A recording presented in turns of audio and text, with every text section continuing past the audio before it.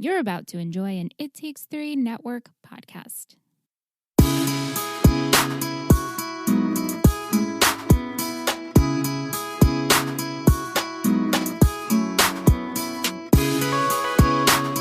Welcome back to Let's Talk OC, an OC podcast. I'm Michelle. I'm Liz. And this week we have two guests, my sister Sam. Hello. And her husband Bobby. Gangstas, what's up, guys? Which Fogel. you might recognize their voices. They are the therapists from last season. You guys came on, and our listeners know you guys as the therapists, and they loved your episode. Oh, Which episode Sweet. was thanks, it? guys. Do you remember which episode you were on?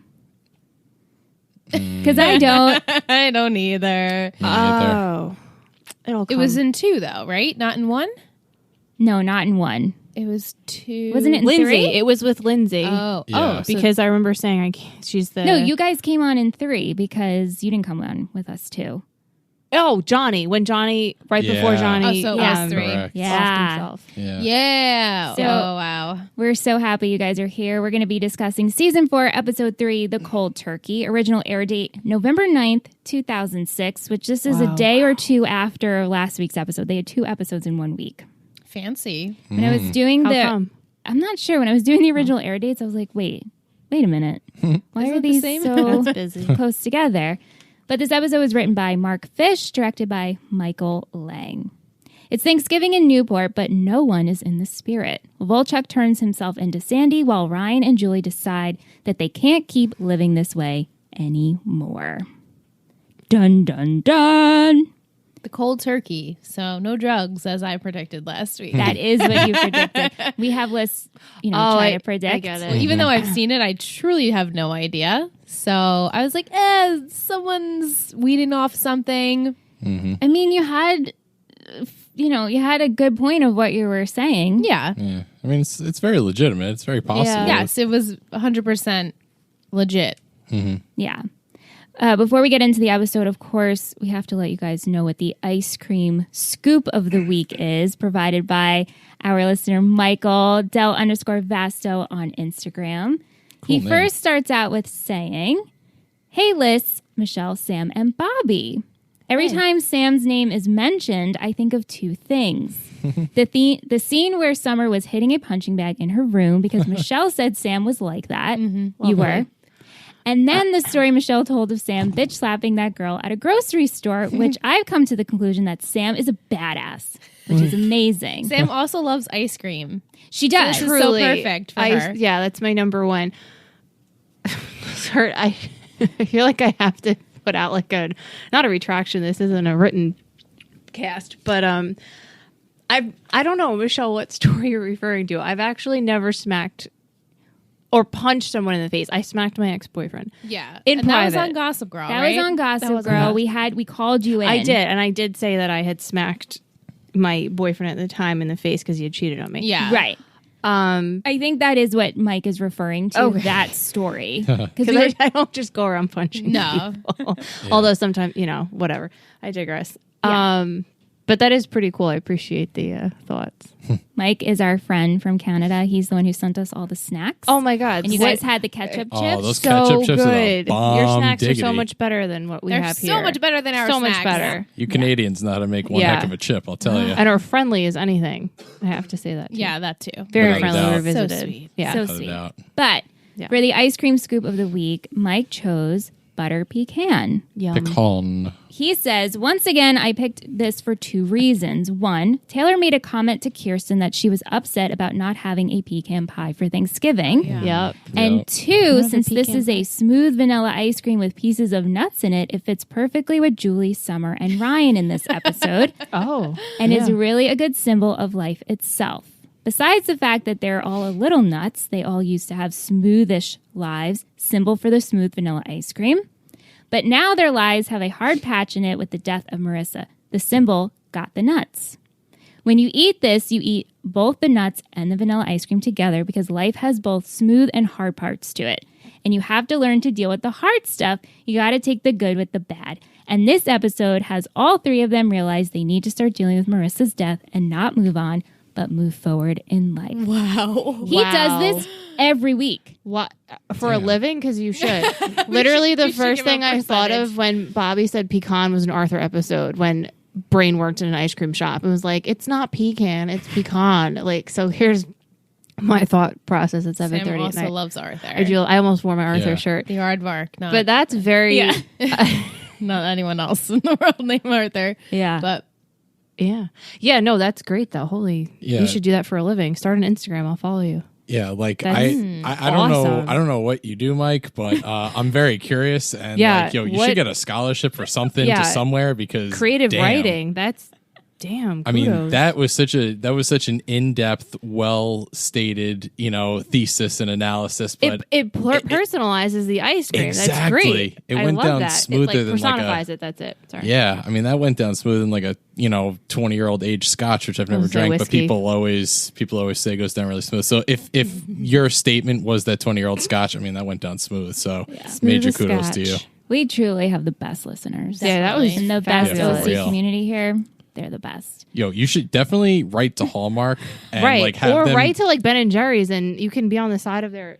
It's the thundering thunder here. is so loud. You can write for their like ice cream blurbs. Personify the ice cream. Give them some character. I love it. absolutely. Yeah, Yeah. and maybe like later in life when he, Retires? wants to do something relaxing. Oh, yeah. Yeah. Yeah. Yeah. Well, now that we planned your life out, Mike, let's get into this episode. So it's Thanksgiving morning in Newport, and we have the Cohens talking about how Ryan has not spoken to them in days, and Ryan is still mad at Seth. We see Seth leaving Summer a voicemail about how Ryan is still mad at him, and meanwhile, she's in her dorm at Brown, and a pile of clothes fall out. And out comes an issue of the Atomic County and pictures of Marissa, which quickly makes Summer upset. Right. She can't deal. She's not dealing She's with not it. dealing with And it. plus, she just can't be open to it. Right. Can't be happening. Denial. Ryan is in the pool house. He's on the phone with Julie. This is the third episode in the row that we're opening up with Julie and Ryan on the phone. Clandestine conversations. Yeah. And they're discussing Volchuk's whereabouts. They all meet in the kitchen unplanned, and it's super awkward, and they're all waiting for the pot of I coffee to love be the drip pot. Yes. Yeah, all staring at to it. be finished. Sandy gets a call, and it ends up being Volchuk wanting to meet with him. And Kirsten decides that enough is enough and that they're all going to have Thanksgiving together and cook dinner. Now, Liz, did you Yeah. remember any of this No. with Volchuk and Sandy? Yes and no. Okay. Because that's how I felt. Yeah, I mean, last week Seth said, "My dad can help you out." Right. Help is the key word. Volchuk thought he was going to do leaps and bounds for him and not have him go to jail. Yeah. But Right. he said, "My dad can help you." So Yes. yeah, makes sense. He would call. So after Sandy gets this call, he tells Kirsten he has to go into the office first, but he's absolutely able to help afterwards. And then he approaches Ryan and asks him if he's still angry about Volchuk. And Ryan flat says, "No, I just wish he was dead." Yeah, Nice. That's all though. Yeah. Classic. That's all. But he said it Classic so. Ryan. I love how he just said it so nonchalant. He was just like, Blunted. "No, I just wish he was dead." Yeah. like Right, I was right, like, "Oh, like, okay." I wish you would Is have that allowed all? me to kill him, but Okay, great. it's fine. Right. Yeah, It turns out that Taylor has been staying under Seth's bed for quite a few days now, and it was just supposed to be temporary. He wants her to be gone soon, though, because Summer is coming home and he wants alone time with her, which I think this is very fair. Totally Absolutely. fair. And the fact that Taylor's been staying under his bed and no one knows. Right. yeah, that's Yeah. something I don't weird with understand that. Kirsten is. They have a cleaning Well, late. Rosa. Rosa. she was Was there it- for like one day. Oh, all right. I think and like she's, nobody ever saw her like going to the bathroom or like showering. Plus, she's or, very about like hygiene and her appearance. I'm surprised she was comfortable being under the. well, bed when you for think some about it, Ryan's desperation. in the pool house. The Cohens sleep downstairs, so Seth has the entire upstairs to himself. Yeah. and plus it also shows you how Desperate she is. yeah, that's so out of Taylor's like wheelhouse to be doing this sort of stuff. But it just shows you how desperate she is and at what lengths she'll go to avoid having to face her mom and everything like that. Like, My husband. wow, Their Yeah. bedroom's downstairs. Sandy and Kirsten? Yeah. I didn't know Because that. they're Picked up on that. yeah. Oh, right. They 'Cause they're on the overlook ground the- floor to the Oh, pool. okay, yeah, Oh, that makes yeah, sense. makes But anyway, sense. so Taylor, she makes a remark about how Seth and Summer are hanging by a thin thread. And then Seth is like, wait, I didn't say that. Did Summer say that last weekend? And Taylor plays it off like, no, it's fine. You and Summer are going to be okay. Awkward. Summer is so not fine. She tries to get out of coming home, but we see her on the phone with her dad, and she overhears Neil talking to Caitlin because there's barking in the background, and Caitlin got a dog. The It's a ugliest ugly dog. Sorry, God forgive me, That the is- ugliest dog. It's a Chinese crested, if anybody was Ooh, wondering. God, they're ugly. Yeah. A mother couldn't love one of those. Yeah. That's not kind. And Neil walks into the bedroom, and Caitlin's sitting there, and she has a dog on the bed, and she pretty much manipulates him into keeping the dog. And so Yeah. Summer, She's Julie's daughter, all right. yeah, and That's her way of communicating, though. It's how she's learned to get by. right, and plus with everything with Marissa dying, Right. she can get away basically with pull all threads. Julie's numb and all of that. But Summer overhears that she feels bad, and she decides that she really does need to come home for her dad. She decides this in the airport. I know. Ticket in hand. She's ready to go. Right. She's like, you really need me to come home? I'm like, ugh, you're in the airport. Right. You already made your decision, in my opinion. But, Yeah. Yeah. oh, you need me, Dad. Okay, I'll come home. Yeah. I think she needed that pressure put on her because it was left Yes. up to her own volition. She Right. wouldn't have come home, so she needed that pressure. And especially seeing Seth, the last time she came home to get Ryan to come home, it was strictly business, right? And she couldn't deal being in her childhood bedroom, being in the same house where she shared with Marissa. Then the day she leaves, she sees the Atomic County and pictures of Marissa fall out. So it's a constant reminder of like, I really don't want to deal with this. She's not dealing. No. Yeah. So Neil, he's been spending the entire episode trying to talk to Julie because he has big news that he got an offer to work in Seattle. He also just sees how Julie is aspiring, and he just wants her to talk to him, just wants her to open up. Mm-hmm. She continues to ignore him and Caitlin, and since they were uninvited to Thanksgiving at the Cohens, Julie decides she's going to cook Thanksgiving dinner, except she doesn't know how to make a turkey. Yeah, she's going to cook dinner Girl. with like 5 hours before dinner. Right. You got to crawl before you run. The That's turkey like me needs saying to that. be in very early that day. Right. Yeah, and Longer than she's 5 hours. Yeah, and she says how Jimmy used to make the turkey, and then when Jimmy moved away, they just ended up going to the Cohens. She's never had to make one. I mean, I hear you. I plan on in life never having to make a turkey. Same. I wouldn't even know how It's to a big make a piece of process. chicken. It's a lot. So I don't know no who's going to desire. host in our family. Mom's just always going to have to Mom's host. just going to. I'm not doing it. Yeah, I'm not I don't doing it even either. want that much of a bird in my oven. If I have had it my way, I'd free all the birds before Thanksgiving and just. Like summer. So I was just Yeah, nice. like Summer summer. Roberts of Exactly. you.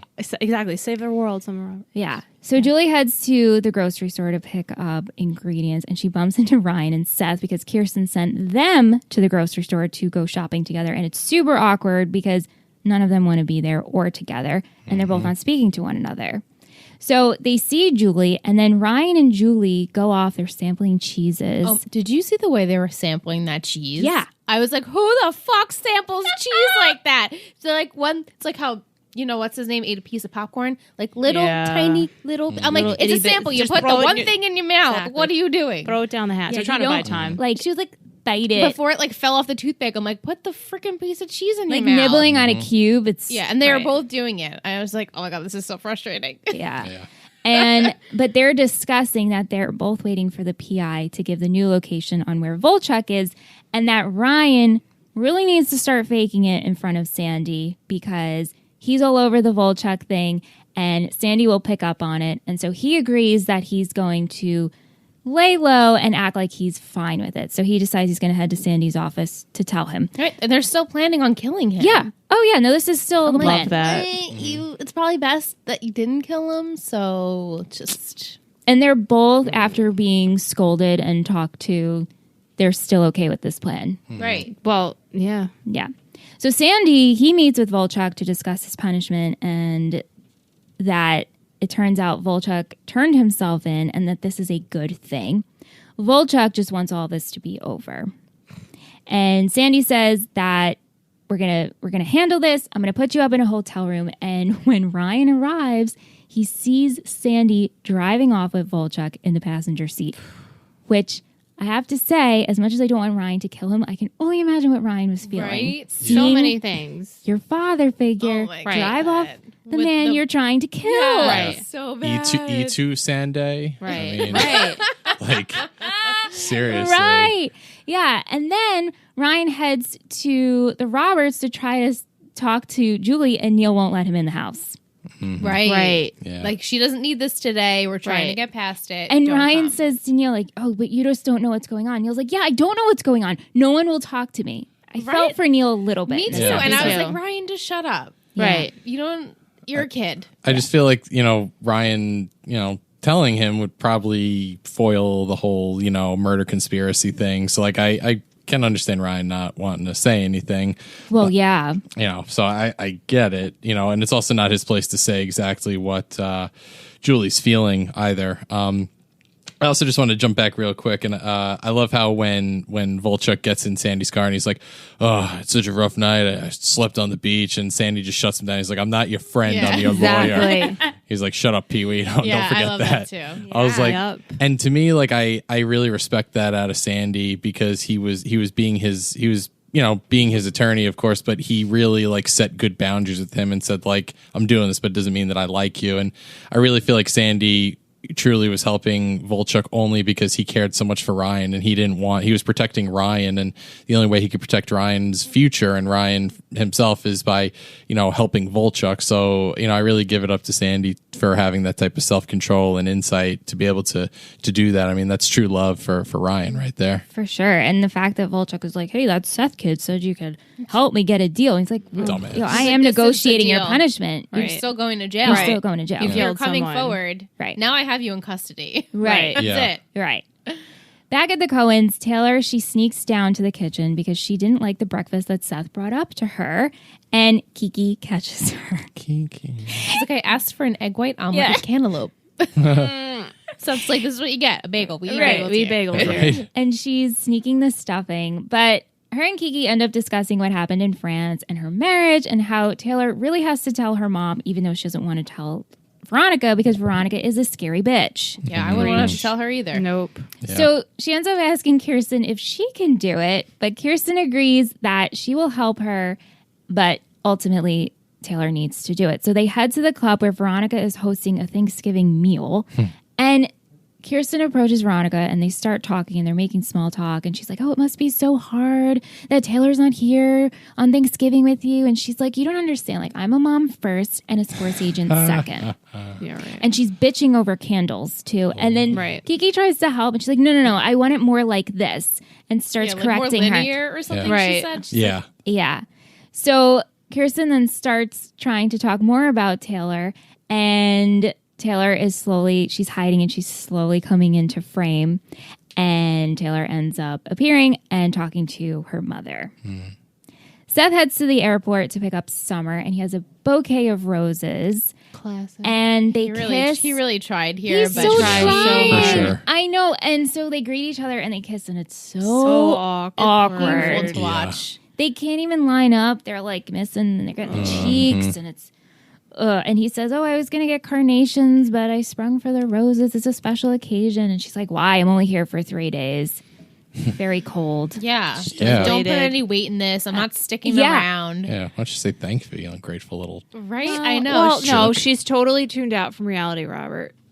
I'm honestly surprised she wasn't like, you murdered flowers for me. You killed flowers Right? for me. That's Like, so true. They could have went that way. She's so shut off from the world. She's not even seeing which way's up. I don't know, but Sad. So they head back to the Cohens, and she sees Kirsten. She sees Taylor. They So hug. sweet with the hugs. I know. Yeah. And they head Yeah. upstairs because Seth just wants to spend some alone time with her. he wants Except to for get some. Ryan. Ryan just passed right by. Oh her. yeah, that's right. Hi, Summer. right. Bye. And Summer's like, "Oh my God, Atwood!" Like, Yeah, hey, she's like, oh, hey. And he doesn't even. yeah. Bye. Seth just wants to get a little bit of summer breeze. You know what I'm saying? The summer breeze. Wow, wow. I think also he just wants to spend some alone time with his girlfriend. Like, I Right. get, Right. he does want to get the hanky Well, yeah. panky, but Yeah. connect with her. And she just keeps dodging him, and she starts doing yoga. And then they finally sit on the bed, and he's like, "I miss you," and she says, "I miss you too." They start to kiss, and then she sees She's a a poster picture. of the Atomic County, and she instantly is like, "Oh my God." Like, and she starts. turkey. Well, first she actually starts to tell him like, "Oh, I just just feel can't- yeah. I can't," and then she's like, "Can't deal with what's happening right now," Uh-huh. and they head to the soup kitchen to help. It's like trying to pry open like a box that's got like I can't. She even was think so of an close analogy. too. Yeah, It was Yeah, going to she come was gonna out, open up. but then she couldn't. yeah. So Sandy stops home to tell Kirsten about Volchuk, and Ryan overhears and storms out. And then Sandy takes off after him. So Ryan ends up talking to Volchuk's old surfer buddy, trying to find out where he is, and then sees Heather, who Bitch. last time we saw her, She was trying to own up for She her did. wrongdoings because she truly, you did see it. She didn't want to get involved, but Yeah. then Volchuk's like, I'm just going to get in the car drunk and drive. And Totally. And it sounded like she also has taken off. She's kind of on the she run. left Yeah, and she's for back sure. visiting her parents for Thanksgiving, she Yeah. said. But she said to Ryan, last time I spoke with Volchuk, he sounded really bad. Like he's not happy with what happened. And Right. Ryan's like, I don't care how he's feeling. For sure. I just need to know where he is. So Sandy checks all the local stops, the bait shop, the diner. He calls Julie to ask where Ryan is because Julie has got to know since Ryan and her in cahoots. Turns out she has no idea. And then turns to stone when she finds out that Sandy is helping Volchuk. Yeah. Yep. Like, Yep. shooketh. Yep. Whoa. And at this point, she's in the kitchen preparing, and she just froze. Yeah, but he says, like, he's in custody. Yeah. So it's not like, I'm just helping Volchuk to help the kid. Like, no, we're Yeah. arresting him because he killed someone and he wants to own up to it. So But it's also I like, can't imagine it's what, over. Yeah, right. Like, it's all over. You don't have to keep thinking about, obviously, we keep thinking about it, but Yeah. And, the fact that he's out there. absolutely. And supposedly, you guys can try this, but there's a rumor that if you turn the volume up high enough in that scene, you could actually hear Julie's heart drop. So I was like, oh my God, what's he going to say? maybe give it a try. You Well, heard it here it first. looks like she went pale as a ghost. It was like, oh shit. She had that same like blank look that she did in the opening scene of season 4, episode 1, where like they opening the closed medicine the cabinet. medicine Yeah, cabinet. Like she Yeah. had that same look, Yep. and as an actress, she replicated Spare. that so well. But like for her, I mean, I couldn't imagine how frustrated she must have been, like knowing she got cheated out of her opportunity to get her own retribution and her own version of gratuitous violence. And I feel so bad for her on that because it got got ripped away from her, that opportunity. Especially this has been your goal and motive for Yeah. 6 months at this point. Right. Your whole life at That's that point, been her basically. entire. Now it's just been stripped away from you. Yeah. Right. Sandy ends up finding Ryan at a motel and convinces him to come with him. Trust me, Ryan. You went to the wrong hotel. Yeah. Yeah. And what he does, he ends up bringing him to where Volchuk is staying. And he pulls up and he's like, Volchuk is in that room. I trust you. Go do what you want to do. Like, Love this scene Oh boy. because it really shows how much Sandy actually knows Ryan. Yeah. but like, Right, can he you knows really he's not going to kill him, right? do that? I don't know. Like Bobby and I were talking about this. Like legally, can you? No, I'm sure you That's can't. totally out of your No. scope. And then like the cops are there, and I'm like, No, I'm sure you. Yeah, even the cops are like, give him 5 more minutes. I was like, right? wait, what? I'm like, he could have definitely. I mean, Yeah. that does take a lot of courage and of his convictions on Sandy's part to be like, you can do what you want, because he knew deep down, but still, Ryan's 18 years old. I Yeah. mean, my God. Yeah. So, I mean, what a mental chess match Right. that was, and the ultimate calling his bluff, on Sandy's part, Right. because Ryan obviously Ryan speaks through violence. Ryan speaks through hitting people, and that's one of his most common forms of retribution. And when the most important person in his life got taken away from him, and now he has the opportunity to be alone in a room with the murderer. And how many times do you hear people say in everyday life, like, boy, if I had 5 minutes alone in a room with that guy or that girl or whoever? Ryan had that opportunity, and he could have done whatever he wanted. So, He's very close. He was. He I mean, he was. got his. Bottle. He got his. Yeah. his Right. comeuppance. So let's talk about it. So Ryan enters the hotel room and Volchuk's like, I've been waiting for this. Right. And he punches him. Yeah, understandably. And as he has him pinned, you see Volchuk just crying and saying, I want this to be over. Yeah, he's like, end it. Please. End it. End it. Yeah. End my life, my guilt. and And I wonder, like, if that's what stopped Ryan. Like, no, I'm Yeah. not giving you a goddamn thing. No, I think that is Yeah. because you saw Volchuk just surrendering. And so I'm glad that the two of them, they sat down and they spoke. They didn't look at each other. Right. But you could see tears coming out of Ryan's eyes. You could see Volchuk just totally submissive and saying that night he was going after Ryan. Yeah, and Ryan, he made it seem like Volchuk was out to kill Marissa. Yeah. In my opinion. I was Yeah. like, wait, so this whole time Ryan thought Volchuk set out to kill her. When no, he actually just wanted to talk to him or Right. her. But Yeah, and he I was says, like, wow, that's why. Why wouldn't you want to kill someone then if you Yeah. thought that they were trying to kill her? Yeah. and he says that he was just trying to get him to pull over. And then when it actually all happened, he didn't know what to do. He didn't know how to handle it because Ryan's like, you didn't even try to help. Right. Yeah.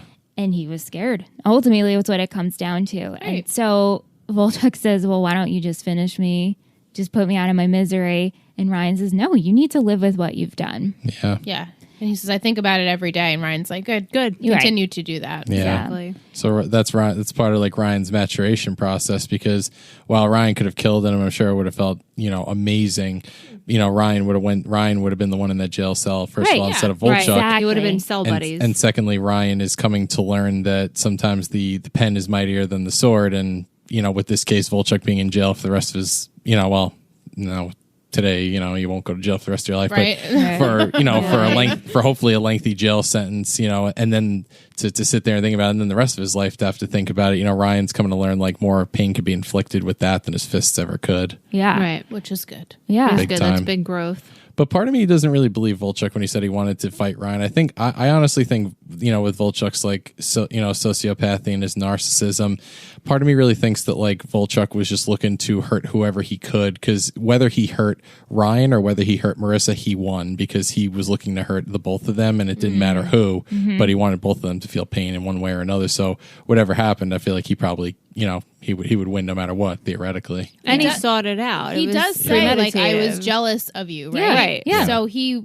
wanted vengeance. Like, you got the girl. Yeah, I you was got after her. you. Yeah. Yeah. And she didn't want to be with me. But Yeah. like you guys said, the cops are outside waiting.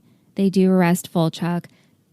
Ryan walks out and Sandy just says, I'm so proud of you. Right. He's like, Yeah. I knew you could do it. Yeah. Yeah. Or not do it. Yeah. So back at the Cohens, Seth and Summer end up coming home with a bunch of people from the soup kitchen Ay, ay, ay. looking for dinner. Taylor also comes back from talking with her mom because the talk didn't go well either. Kirsten agrees to all the guests, but Seth has to promise to watch them, and Taylor agrees to monitor and teach them personal hygiene. Right. Should she teach a class the Y or something? Yes. And the mashed potatoes need milk. Milk. Yes. They're dry as hell. Yeah. And then Kirsten's like, you can stay here. And she's like, forever? For the Kirsten's night. like, for the night. For the night. Honey. Yeah. Relax. Yeah.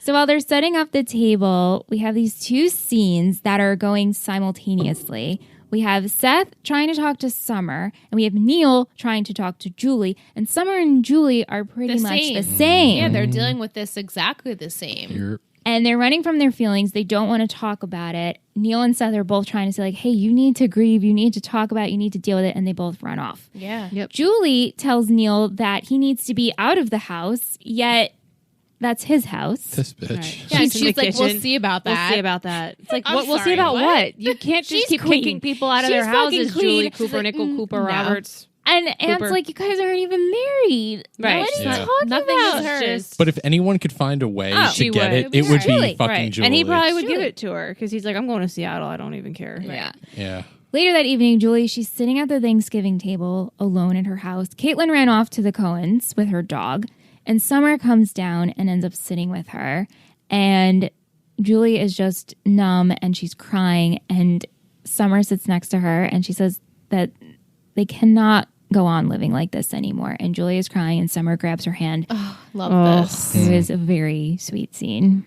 Heartbreaking. Yeah. But also loved it. Totally. Right. I and re- I feel like she was the only one who could reach Julie at that point. Yeah. She was the only one who could identify with Yeah. how she was feeling. Yeah. I also, in this episode, love that we got to see characters interact that we normally don't. Right. Sandy and Volchuk, Taylor and Kirsten, Julie and Summer. You know, like we Yeah, we don't Yeah. really get Yeah. a lot of air. they don't get to play together. Interesting. So it was fun. So Summer, she heads to the airport early. She leaves Seth a voicemail how she knows she needs to work on how she's feeling. She does love him, but she just can't right now. I'm glad she even made that voicemail. Right. Yeah. Right. That's progress. Acknowledge She it. owes him that at Big this time. point. Yeah. Progress. But she is there with her dad. She has a sweet talk with him, and he ends up saying that he got a job at Seattle Grey's. Grace. Grey's, like Grey's Anatomy. And they end up getting dinner at Chili's in the airport. They love Chili's. Love do. it.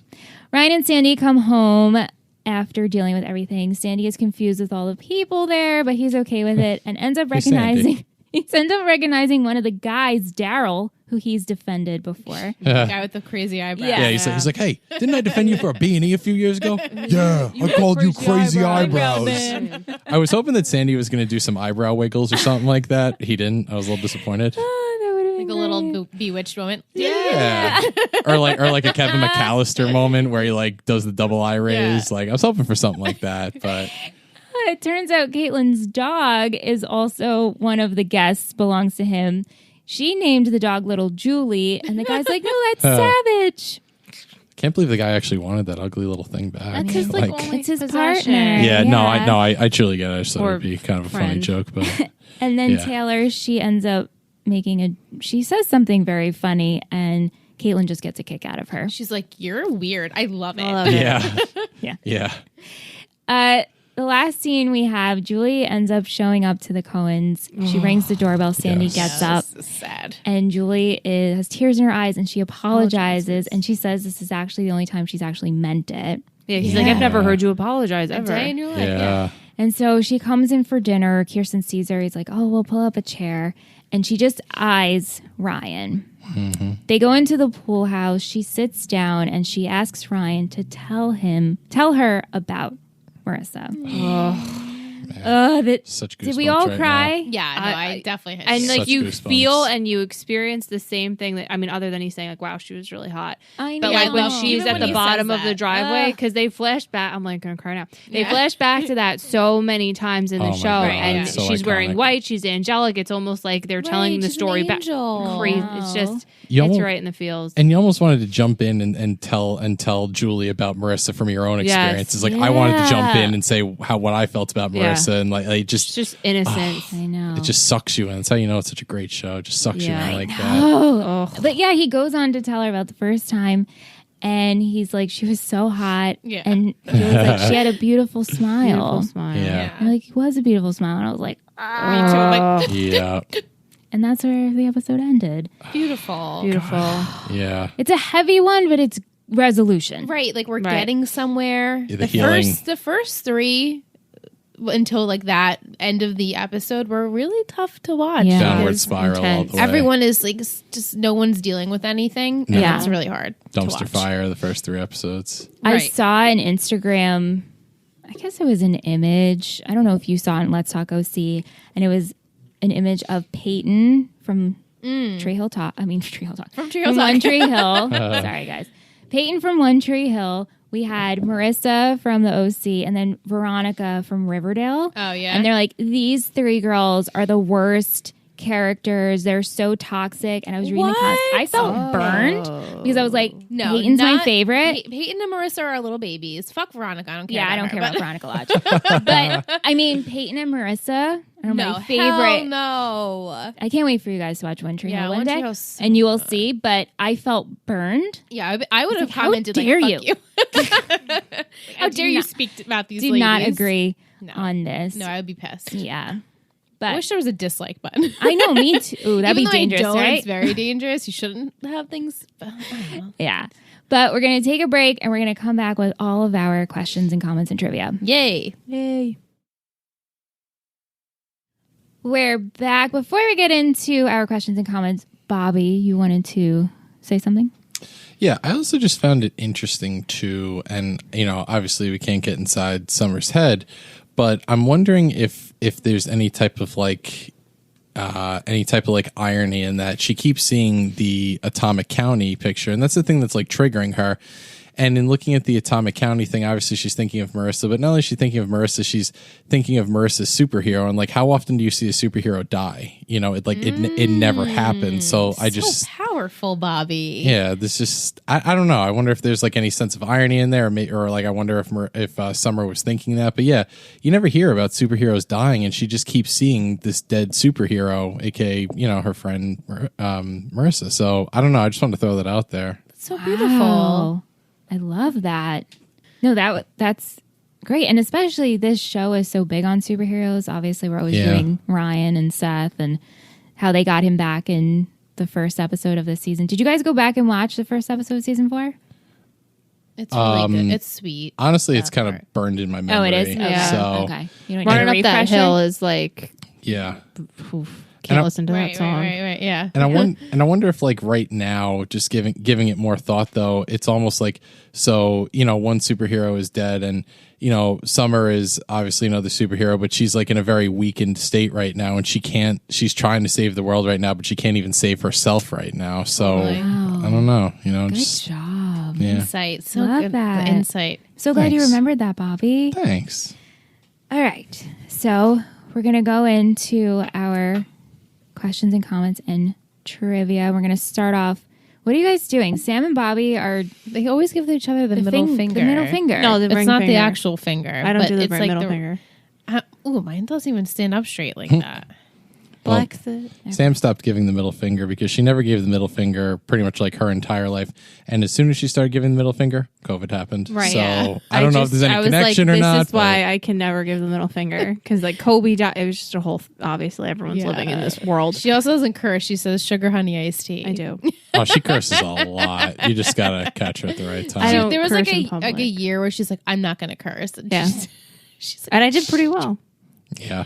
but Yeah, it when didn't last very long. When I first met her, she was like somewhere around like Cindy Brady, like, oh, fiddlesticks Yeah. or Never. sugar honey iced tea or holy shiitake mushrooms. Yeah, she's talking about And then, and I her, think it's gratifying if you can find words that make you feel like motherfucker has a lot of hard consonants. I So love it's so words. cathartic. right, but if you can Yeah. find other words like Yeah. French, I don't know, whatever. French I'll get fucks. there. Right? No, French fries. French fuckle sticks. All right. Let's get in. Shells over Let's it. get into our trivia. We're gonna start with our girl Tish. Join in. And Tish time. Oh, like in the Jersey Shore, where he's like, it's t-shirt time. No? Yeah, Just me? buddy. Okay, Bobby knows. Oh my god. okay, so our girl Tish, as you guys know, she sends us her trivia every week. But this week she sent us a voice memo. Oh, I'm so hyped we're for gonna this. play it. I haven't heard it yet. I'm really excited. So here we go. Hey, Michelle, Sam, Liz, and Bobby. It's Tish, your trivia correspondent here. You guys mentioned on pod last week that you thought it would be cool if we would send you voice messages with our questions and comments. So I thought I would do that and send you my trivia and some comments/observations via a voice note. So for my trivia, this episode aired only one day after the airing of The Gringos, and this was kind of when they made the switch from just airing on Thursdays to airing on Fridays going forward. With 4 votes, Ryan is TV.com's MVP. So Neil says to Summer at the airport scene that he was offered a job in Seattle with the hospital called Seattle Grace, which I'm sure most of you know is the hospital from Grey's Anatomy. So I thought that was a pretty cool crossover. All of My Days by Alexi Murdoch is ranked number 27 on the OC's Best Music playlist on YouTube, and we hear that song when Julie and Ryan are talking at the end of the episode. So that's all my trivia. On to comments/observations. I know that I said it last week and probably with the first episode, but I really didn't remember the majority of what happened in this episode. I knew it was going to be the Thanksgiving episode and that Summer invited all of the homeless people, but I didn't remember the Volchuk storyline or honestly like the Julie and Summer going through their different journeys. That being said, I really enjoyed the comparison between Julie and Summer dealing with their grief and having those subsequent conversations with their significant others. I thought that was like really cool to contrast those two. So that's my comment/observation. Just a quick question for Sam and Bobby. Why did you guys choose this episode to come on? Anyway, hope everyone has a great day. Oh my God, how cute. So great. She's also our Well Canadian done. friend. Yeah, she's also Canadian. Love it. Well done, She actually Canadians. sent me the box set. Wow. For Wow. Christmas. Oh, dope. Well done, Tish. She's- That's we loved- awesome. We love all our listeners. We really, really do. So we sorry. don't pick favorites. We're not picking favorites. Just wanted to tell you guys, if I know a little bit about you, I'm going to tell Sam and Bobby about you. Right. guys. Yeah. But yeah, okay, so why did you choose this episode? I guess Sam could sit this play out. I'll tag in. All right. All right, I'll start then because mine's probably shorter. All right. So, sure, Jan. I liked the title because at first we were going through it. Honestly, season 4 is really not my fave. Even though Ryan and Marissa have a cumulatively tumultuous relationship. I just love them together. So, but you get a lot of closure in season 4 and a lot of new beginnings and all that. So, with what it is, I liked the title though when we were going through the episodes, because cold turkey, because with Thanksgiving and holidays, you think warm and connection and family, and there's nothing really warm about this Thanksgiving. Yes, people rejoin and come together at the end, but it doesn't feel like a typical Newport holiday. Like Christmas, always people coming together, and Thanksgiving's in the past, and the holiday scene in season 1 when they all take the family portrait. I know that's Christmas, not Thanksgiving. But the title itself, I was like, wow, there's a lot of irony in it, because it is just cold, and it's just callous and sad. And usually you want warmth, and you want to feel, I don't know, like a hug around the holidays. And everybody needs a hug right now in this show. In the world. In the world, too. Was that Very the same well reason said, Sam. Thank for you? Boo-boo? Exactly the same.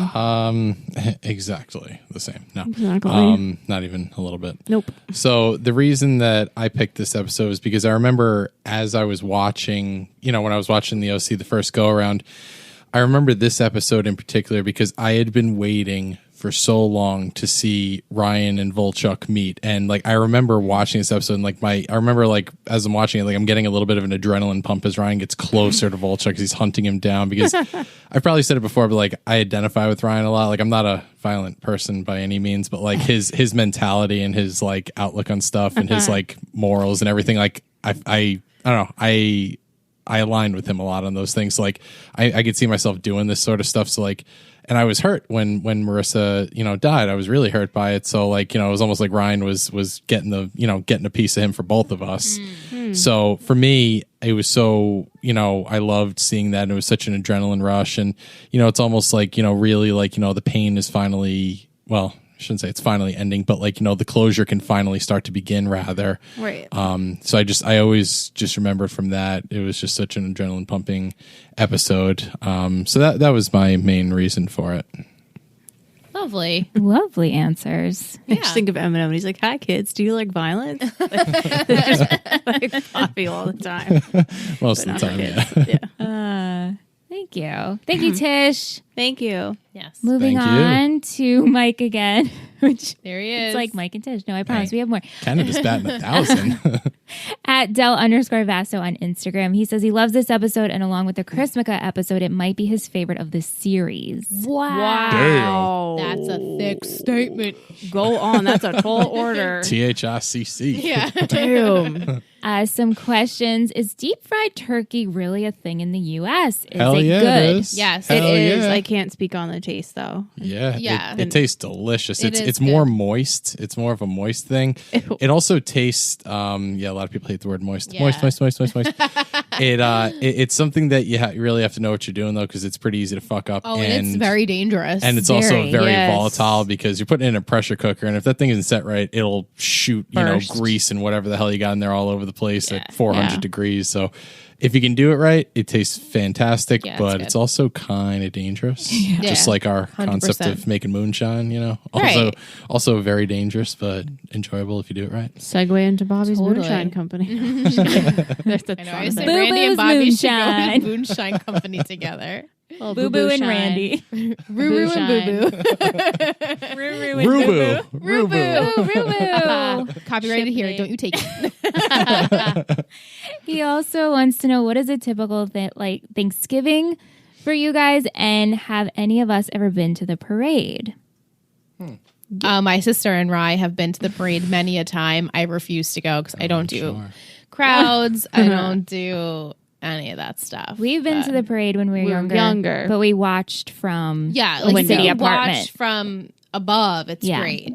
Yeah. But, And typical Thanksgiving, our mom always hosts, and so we go there, and my dad's side of the family comes, and we eat good food. I love Thanksgiving. yeah, it's Yeah. just nice Hell to be yeah. with family. Yeah. Do you guys have any weird traditions? Well, I mean, usually my mom is a nurse, so usually she'll work every Thanksgiving so she could have off every Christmas. yeah. We spend every, well, for the majority of my life, we spent every Thanksgiving with my dad's side of the family, and they're real hoot. Pretty much, we'll just watch football. Obviously, that's a big thing here in America.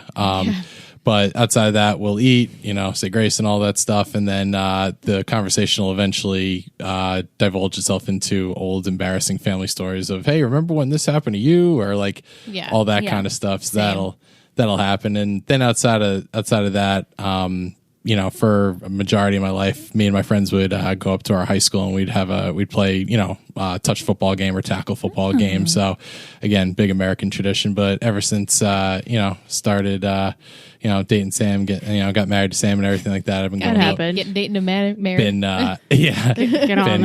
Been going over to Sam and Michelle's mom's house, and she is an amazing cook. So she always puts out a Huge spread. Girl got skills. Yeah. She always puts out a spread, regardless if it's Thanksgiving. Yes, that's true. But she writes her menu out on like not a chalkboard. That's not really saying it right, but like a really nice of like a golden bird on top chalkboard, and it's in script that only she can read. You have to plan she a preps menu. for You have to. Way ahead. Like 2 months in advance. Because you need to know what you have to get and who's making what. And She's like in her glory. Yeah. We have our own traditions, but my own like personal tradition, I became a vegetarian on Thanksgiving actually 14 years ago. So I really love Thanksgiving because it's like, I don't know. A milestone. Yeah, it's a milestone. Exactly. It's like an anniversary. So it's cool. An anniversary. That's right. I Sweet. forgot about that. Take that. He says that Thanksgiving for him is in October. Right. And it's on a Monday, and they only get 1 day off of work and school. But there is turkey and pumpkin pie, so that's good. Yum. As long as there's that. Yeah, and not OC related, but just wanted to let us know he started Veronica Mars and really likes it. Yes. We're all about it. Yes. Love for you guys to watch Veronica Mars. We love day. everyone to watch Veronica Mars. Yeah. But thank you, Mike. Thanks, Mike. Thank you, Mike. Send some more ketchup chips. Yeah, we have Ketchup chips. Andrea on Instagram. I'm probably going to butcher your Instagram name, so I apologize. At Squasia? Sure. I'm sorry, girl. Her questions for us. Do you feel they address the loss of Marissa well through each character's grief? Yeah.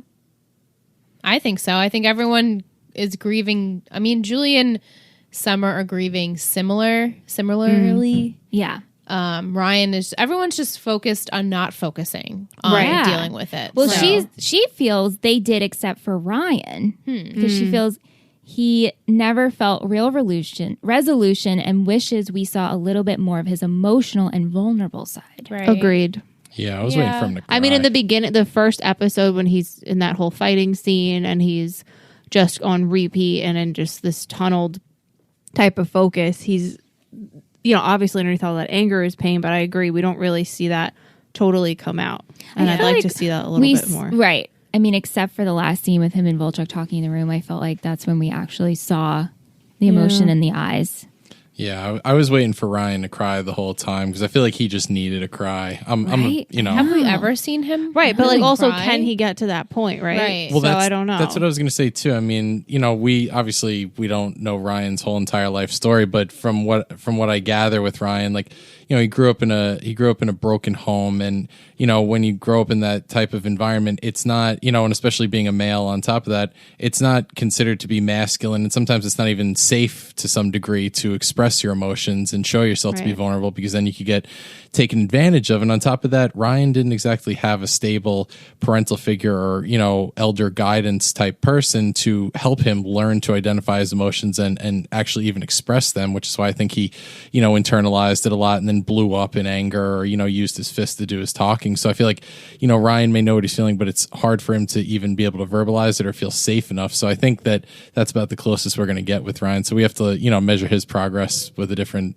measuring tool, basically. Yeah, right. And he has issues telling anyone how he feels in general. Like even when the Coens first brought him in, they were like, Ryan never speaks. And even like on the podcast, we're joking, oh, Ryan spoke and it was funny. Like he just doesn't express himself. Wasn't safe for him to do so. He had to be tough to survive. But maybe I don't know. Maybe he also didn't know how. Well, I still go back to that whole it was never modeled. Well, that was the second part. I feel like it's a tag team effect with Ryan and why he never expresses himself. It's not that he's not a deep thinker or anything like that. It's just, thinking it versus expressing it are two different things, and then feeling safe to express it on top of that because he grew up in a dog-eat-dog world. Yeah. She also asks if you could have seen any other plot line for Ryan grieving Marissa, would you? And what would it be? Oh, I think this fits him pretty well. Same. Yeah. Hard to imagine him doing anything else. I would like to see him maybe just taking his aggression out on the punching bag itself and not having to like get involved in a whole Fight Club situation. I loved the Fight Club. No, I mean, it totally makes sense to me that he would want to feel pain more and more and like let himself just get engulfed in that whole world. Yeah. It's hard to say if I could picture him feeling any way else. Maybe just be in a bathroom and just let down and cry. Right. Or go somewhere that's familiar to them. Like the lighthouse. first time. Right, the lighthouse. Or the lifeguard pier. Lifeguard tower, yeah. Yeah, like maybe like let himself feel it. more, but he doesn't because that's just Ryan. Right. Even like, I'd even be curious about like a dream scene. Like to just put his unconscious somewhere else and let him grieve that way, because dreams are a good way for you to sort out your stressors and everything. That'd be interesting because he can't really express. Right. I would have loved it if Ryan, either being stressed out or whatever, went to, because Ryan, you noticed Ryan like really didn't smoke that much as the seasons went along, but when you're stressed, you tend to smoke more.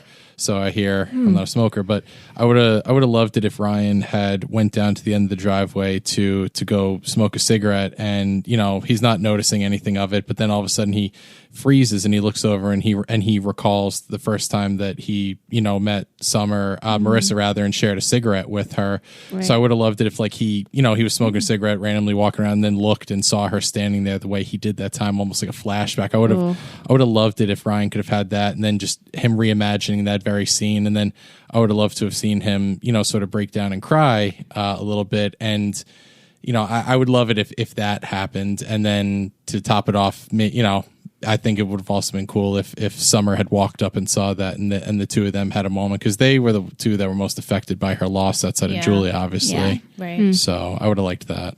Good answers. Thank you, Andrea. Please let me know how to pronounce your username, and I will correct it next week. But thank you.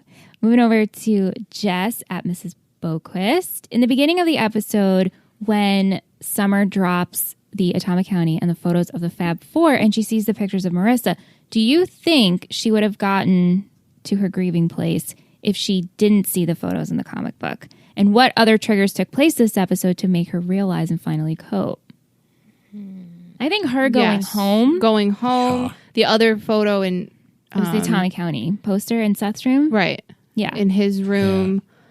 Being home, there's triggers everywhere. Oh, yeah. Right. It almost did last time she was there. Yeah. And she's like, gotta go. I mean, I feel like not that she had like PTSD, but one of the things with an extreme trauma is like avoiding trauma-related stimuli. Yeah. So anything she's going to do to protect whatever feelings or security she has, she's going to block out. So I get it wasn't an if, it's a when. But interesting. And I feel like almost every reminder that she had was almost like a hammer and a chisel, and each reminder she had almost acted as a hammer and chisel, like cracking away her hardcore exterior that she's tried to put around herself to cocoon her emotions. So each time she had that encounter, reminder, whatever, it was just another crack being made, and then eventually it broke. So I think, like Sam said, it's not a matter of if, but when. Yeah. So. Right. Yeah. She also continues to say she really liked the scene between Seth and Summer and Neil and Julie and how they overlapped together. Yeah. So good. So good. Thanks, Jess. We have Alicia at AAW3115. She felt that Ryan has crazy eyes the whole time in this episode and could snap at any moment. Yeah. Oh, yeah. This episode really showed how well Sandy knows Ryan. Would you have trusted Ryan like Sandy did? I think I would have. If I was truly Sandy, probably if I were me. Right, to put your child in that situation. Right. You want to hope for the best, right? And hope that he does the next right thing for himself. But he had so many... He's never experienced this before. I mean, he's probably had traumatic experiences before, but he's never experienced the loss of a girlfriend. And he was there when it happened. He's wanted vengeance on Volchok for so long. I don't know. I want to hope, yes, but logically, I don't know that I would have done it. Do you think they would be able to have, like, let's just say Sandy as the mediator and him just sit in the hotel room and, like, the boys talk it out? Maybe I would do that. Like, I don't know. Yeah, even though I don't know how far they would get with that, And like Volchuk saying like, oh, I didn't mean it. I feel really guilty. Right. I don't know if that would be enough for Ryan. I don't know. I don't know that. I don't honestly know if Ryan would have ever fully forgiven Sandy if Sandy didn't let him get a chance to get a piece of that's true too. That's true. Truly, because he must have known that the second Ryan found out that he was representing him and doing all this behind his back, that Ryan was just going to erupt in anger and betrayal. So I feel like the only way to truly fix it for his relationship with Ryan going forward was to let Ryan get a piece of him in Ryan's own way. But I also would have been, very hesitant to do it, I think, because even if he trusted Ryan, I mean, what's to say that Ryan doesn't hit him really hard and Volchuk like smash his head on the corner? Yeah. Of right. There's so many like external an accident factors or something. Yeah, or he manslaughter. He accidentally kills him one way or another. Or Volchuk doesn't respond. Like that. So I'd be worried about that, because then, although Ryan didn't mean to, Volchuk's still dead or whatever happens. So yeah. She also would like to know our thoughts on Caitlin grieving. Do you think the writers did a good job of introducing Caitlin this season and how she's dealing with the death of her sister? She even says to her mom that the dog, or to Neil, the dog is invisible just like me. Yeah.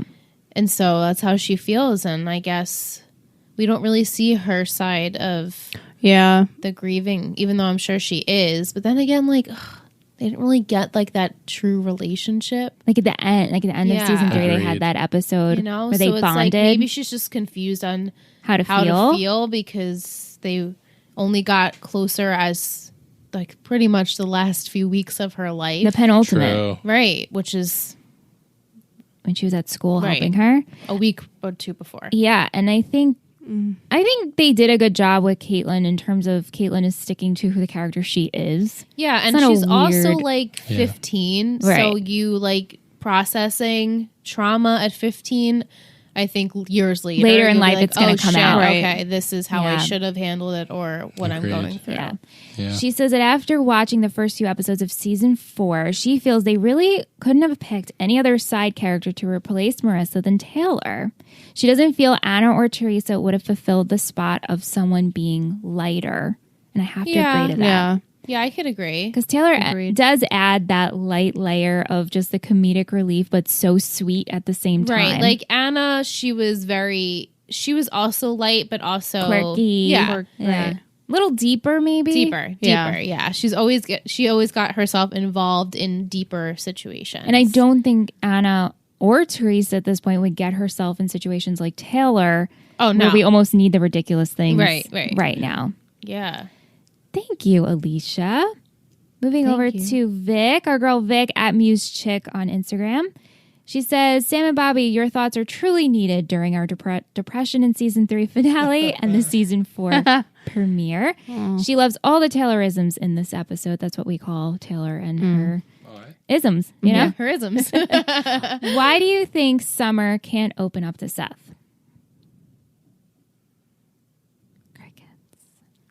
Because she can talk to Taylor. She can, but she also is she's like a shell of herself. She's not really, when she talks to Taylor, she's yelling at Taylor and she's saying, you need to address your issues and I don't like Che and blah, blah, blah. But like, she's not really opening up to, it's like everything's very surface with her. I think too with Seth, if she let herself be without the shell, she would probably, somewhere in her mind, she must know, like, I'll break down. Yeah. I will come out. He'll see right through all of this, and I'm going to have to deal with my grief. I'm going to have to deal with my friend's loss, and I'm not ready. Seth's going to want to have to talk about it. Right. And I don't want to. I can't. I'm not ready. I'm not at a place where I'm even accepting that she's dead. She's still in denial at that point. So I think as much as she'll appreciate it when she gets to that point, up until that point, she's not ready to have that space for it. I mean, I feel Seth, as selfish as he is being very patient with her. He is. Yeah, this is the best Seth I've seen since forever. Since ever. Yeah. She also asks, how many languages do you think Taylor speaks? Because we know she speaks Korean and Spanish and Spanish. in English, so Solid that's 5. 4. Which means she. I love Taylor. I feel like she would also. Right, she was like, he's like a seal. It's wonderful.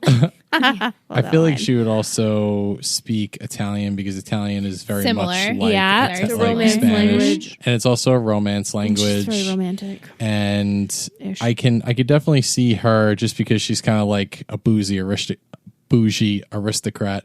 I feel like I could also see her speaking Japanese a little bit too. I feel like she'd be the kind of person to order sushi in Japanese or something like that. Right. Yeah. You know? Right. Yeah. Yeah. We love Taylor. Thank you, Vic. Yeah, Vic is a big fan. Yeah, she of loves Taylor.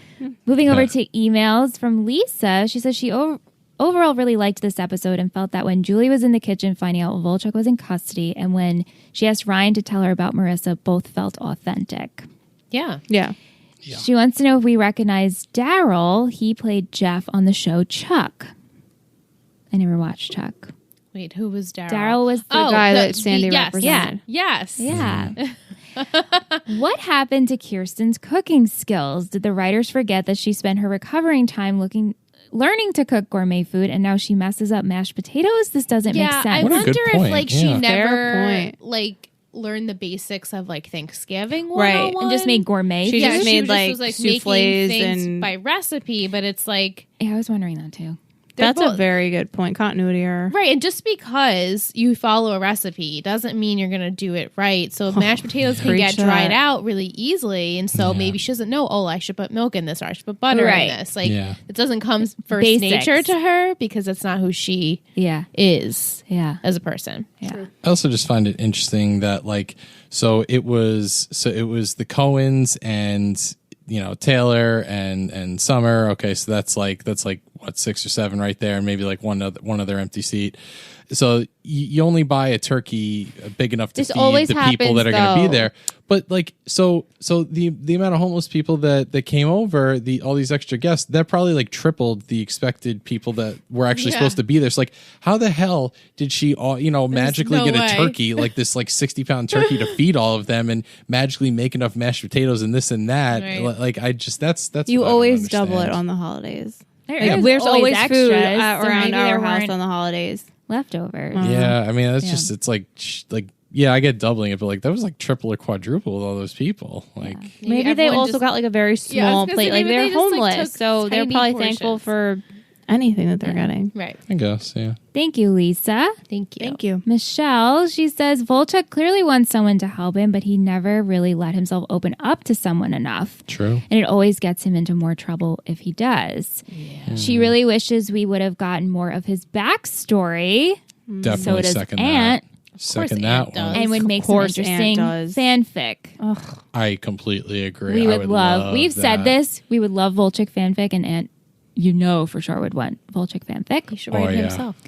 She Do asked, another contest. yeah, she asked if Taylor is going to school or did she miss that explanation? I think because of the marriage, Taylor left college. Yeah, I think she's Yeah. just home and not doing anything. I think Yeah. she started out in college, but then decided to abandon it for this, momentary love entanglement situation thing she got herself in, and then Peaches. and she ended up just taking a semester off of school, Right, yeah. basically. Yeah, Right. they don't really say that though. Right. Michelle, all right.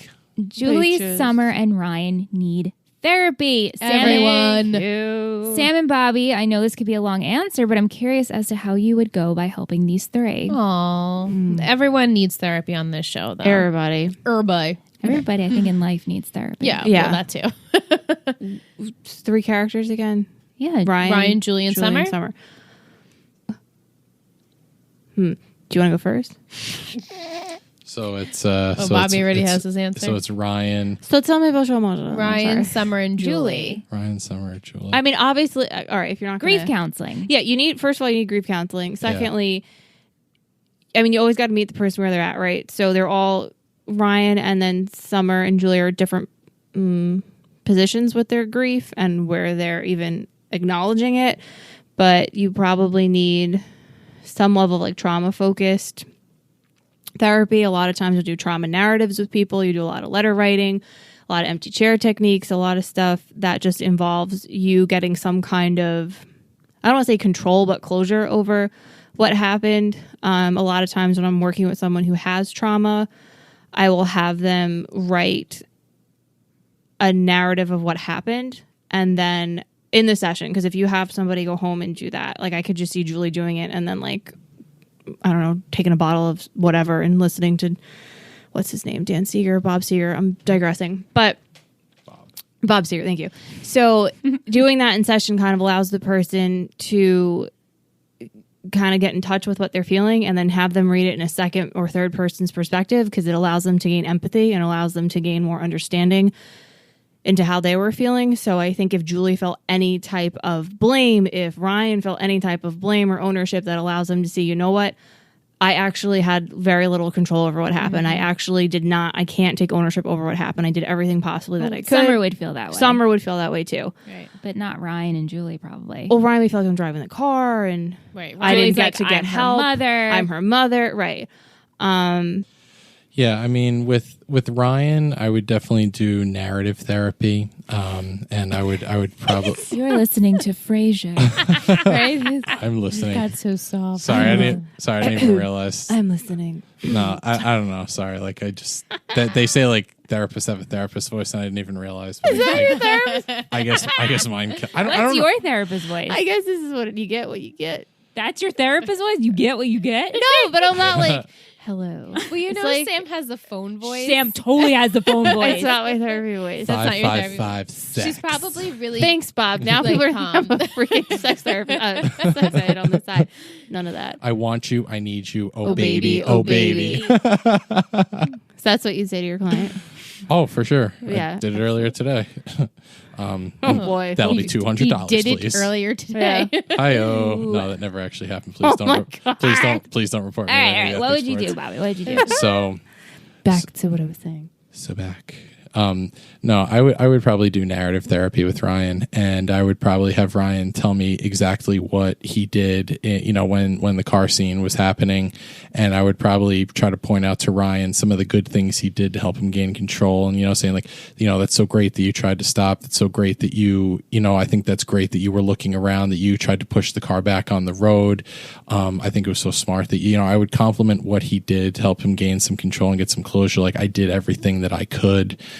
So I would point that sort of stuff out to him. I would also, ask him what he would have wanted to do. I might ask him what he wanted to do differently. And I'm not saying any of this in any particular order, but I would probably have all three of them write a letter to her, getting out everything that they wanted to say to her that they didn't get to say regarding anything with their friendship or their relationship or, anything involving the accident and any of that. As long as they want, I would have them write that letter.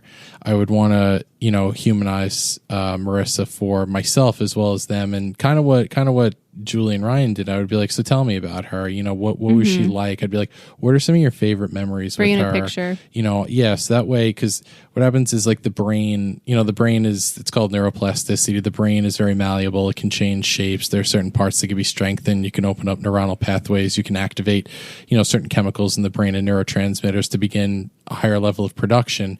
So by doing that, it would be opening up these neuronal pathways, and it would hopefully be creating some of the happier neurotransmitters and chemicals in the brain, and help them to have this image of her not be her dead or anything, but strengthen the image of like, she was my friend, she was my person. We used to tan and watch trashy reality TV shows, or we used to go to the beach, or we used to whatever, any of that kind of stuff. So I would want to do that, have them tell me about some of the good memories and everything.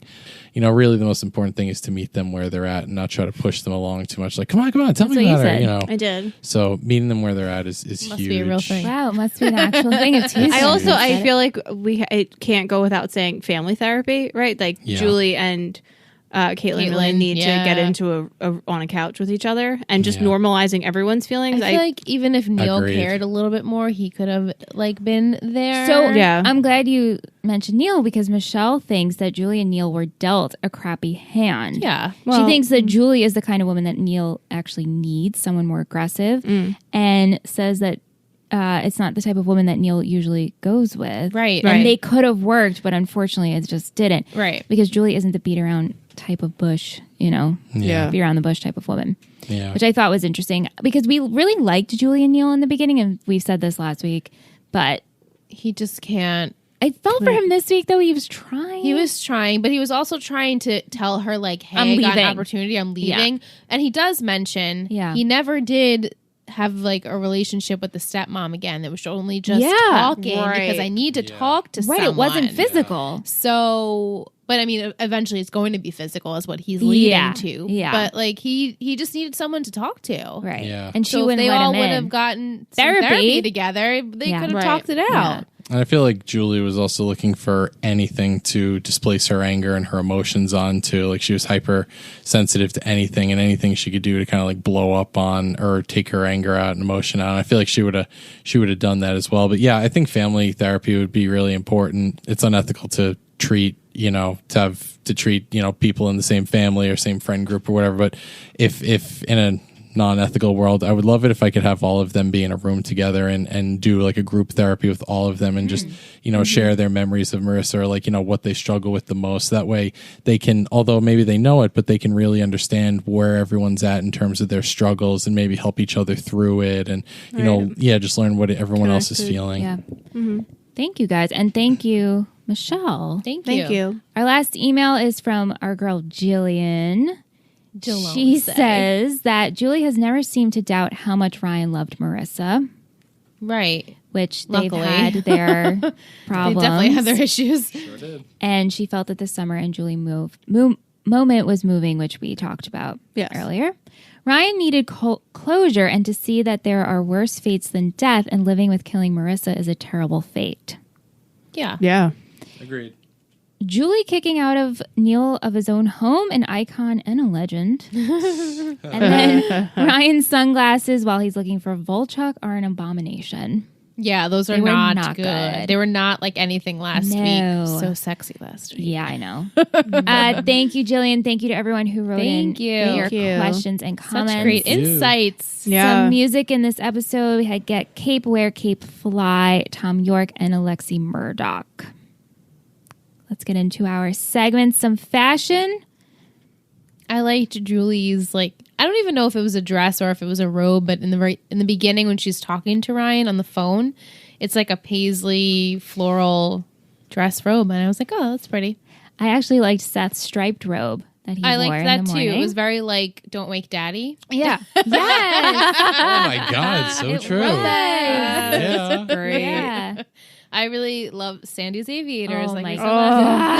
last So week. perfect. Good. Peter Gallagher. The thirst Mother level. man. Right? Hell Looks so yeah. good in them. Such a good. I love Kirsten's hair and Taylor's hair. Yeah, Taylor both their always hair has look good hair. great. Yeah. Yeah. Caitlin's overalls, cute. Very cute. Yeah. yeah. Not with the times then, but looks really cute. Yeah. Yeah. Very cute. And I feel like just pretty much anything that Kiki or Taylor wears, they haven't had a bad outfit yet. Yeah. No. Not one. Right. Right. I mean, Taylor's fashion choice are a little too preppy Very for preppy my with the taste, pop polo Yeah. collars. but it. they Love fit it. her very well. She owns it. Yeah. Love it. That's all I have for fashion. Yeah, same. I didn't have much. And I love Julie's that red dress she was wearing. I was just like, get it, girl.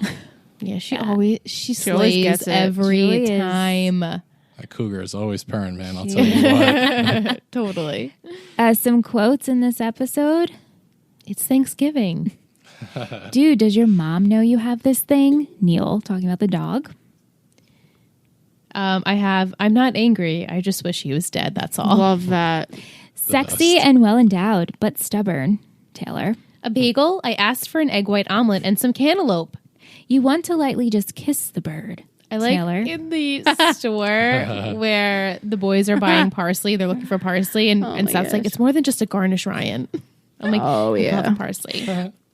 When Taylor hugs Summer. Ooh, did you bathe in a creek? Well, the house misses you, and so do I.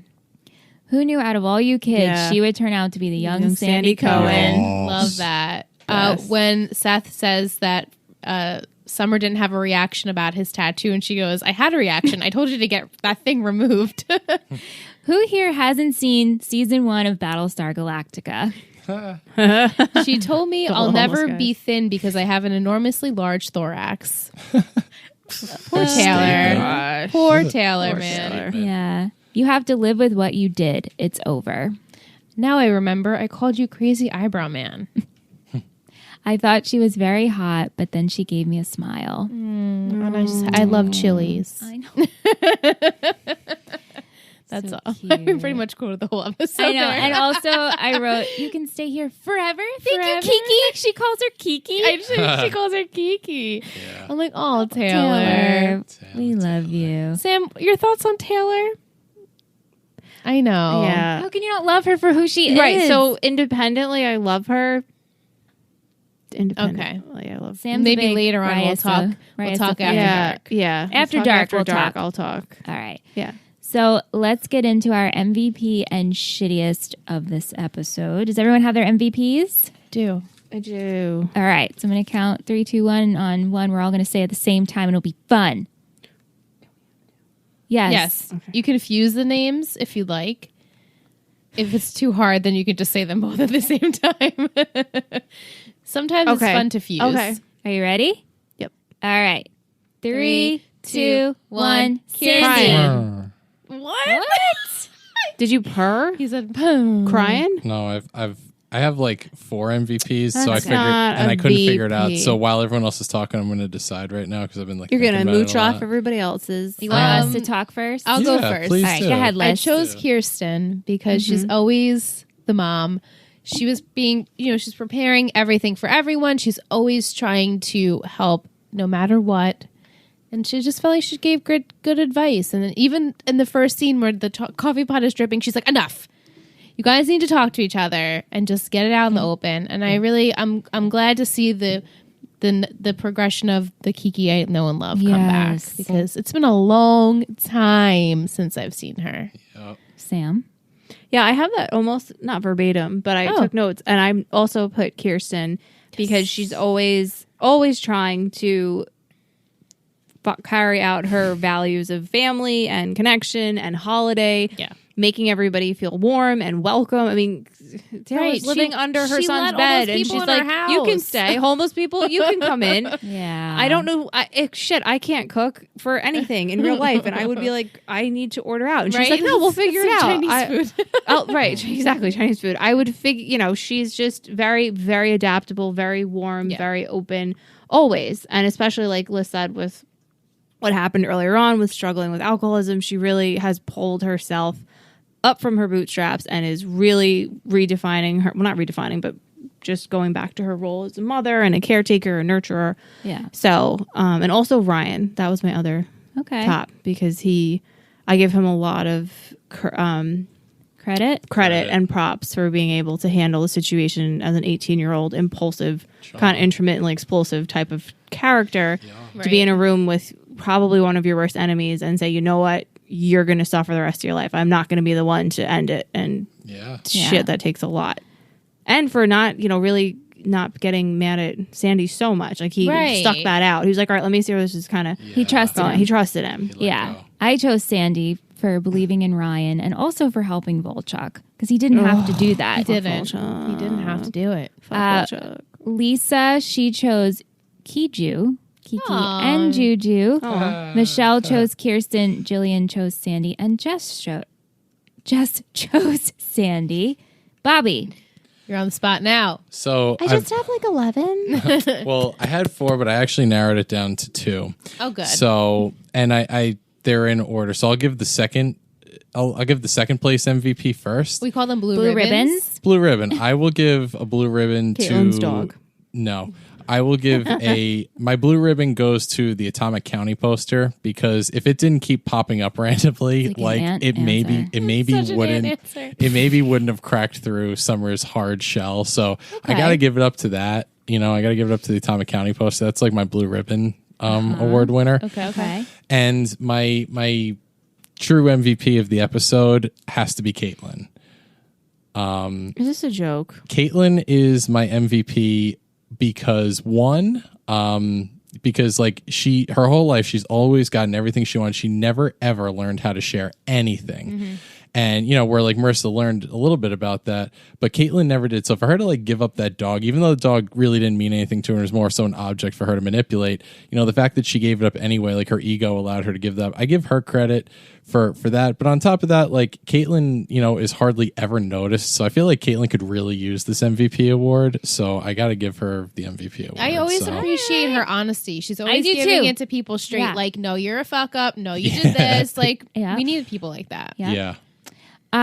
Anthony sent us his MVP since he Is it a voice memo too? It's a voice memo since Upstairs Ant? Upstairs Ant, yeah. Ant's hanging out with the guys tonight, and I was like, oh, you could just come on mic. He's like, I won't be around. I was like, all right, just send me your voice memo. So no surprise that I found that Volchuk is my MVP. Oh my God, surprise. Anthony. For a lot of the same reasons as they always are. He just drives like the better part of the story. So like the whole beginning of the season, we're just like, oh my God, like, you feel Ryan's anger and you feel Julie's sadness. And you just like, you want them to like, you really want them to get retribution. And like, so you're like, you can't wait to, to get hands on Volchuk and everything. And then you see him and you just want him to pay. I mean, Volchuk could have obviously just like completely bailed, but did see the light and realized that if he kept running, like he said it himself, it would be, every day just felt like a prison anyway.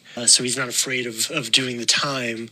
He just wants it to be over. I think he would have preferred to die. And again, Vulture could have ran, could have just kept running, could have taken that totally different and been confrontational and wanting to fight. He wasn't even going to fight.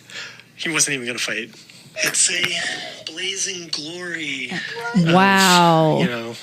The end for Volchuk, and kind of solidifies the whole reason why I like him a lot. Just did the right thing for Ryan, and now we get to see Ryan kind of move on, and that's why he's my MVP.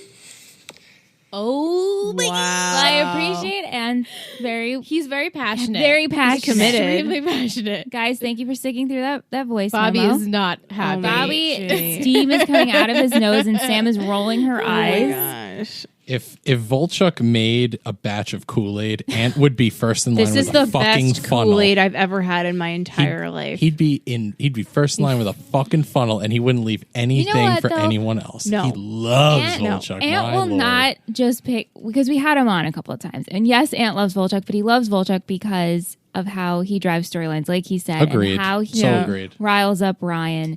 He does have fair points. Well, he finally said, I am guilty. Let me just do something. And now Ryan can go on and live his life, and Julie can go on and live her life, and Summer can finally grieve. Over. It's over. But Volchuk is like the child that can do no wrong, and Anthony's like the mother. Yeah, like, totally. my baby killed someone, but he apologized, so he's okay He's now. sorry now. No. Yeah. Right. No, he knows that too. Yeah.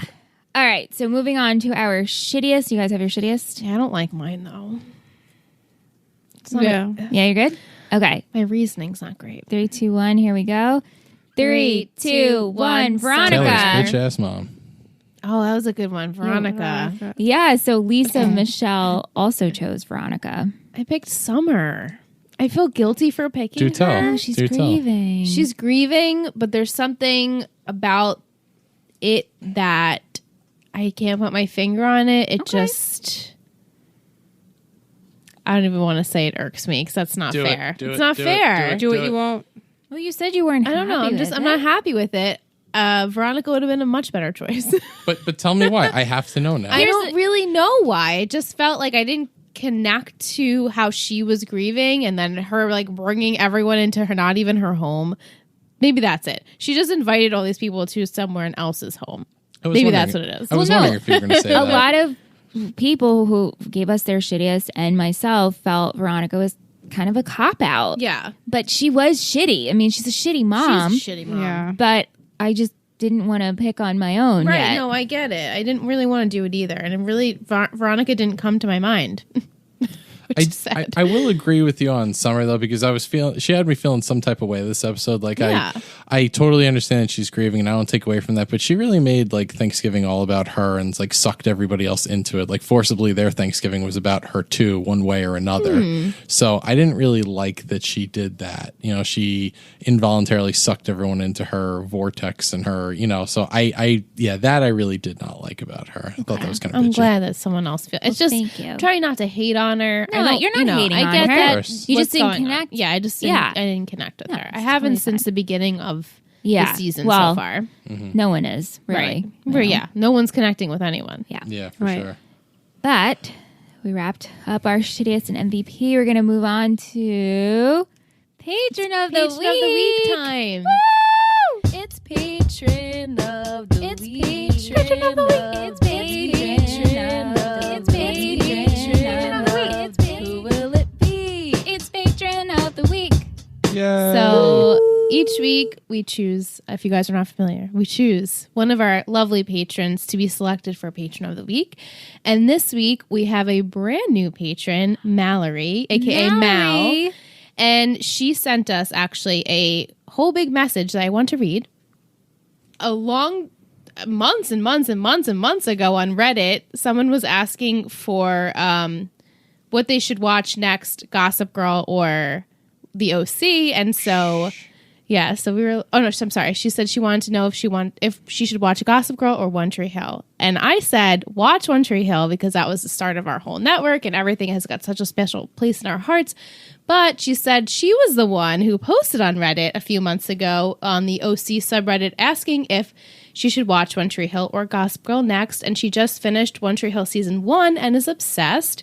Found you guys because the OC has my heart. I needed to join to be part of the last season. I've listened to the pod twice so far. Aww. I love you guys so much. Your girl Mal. Does that mean you listened twice? Like all 60 episodes plus that we have on Let's Talk OC?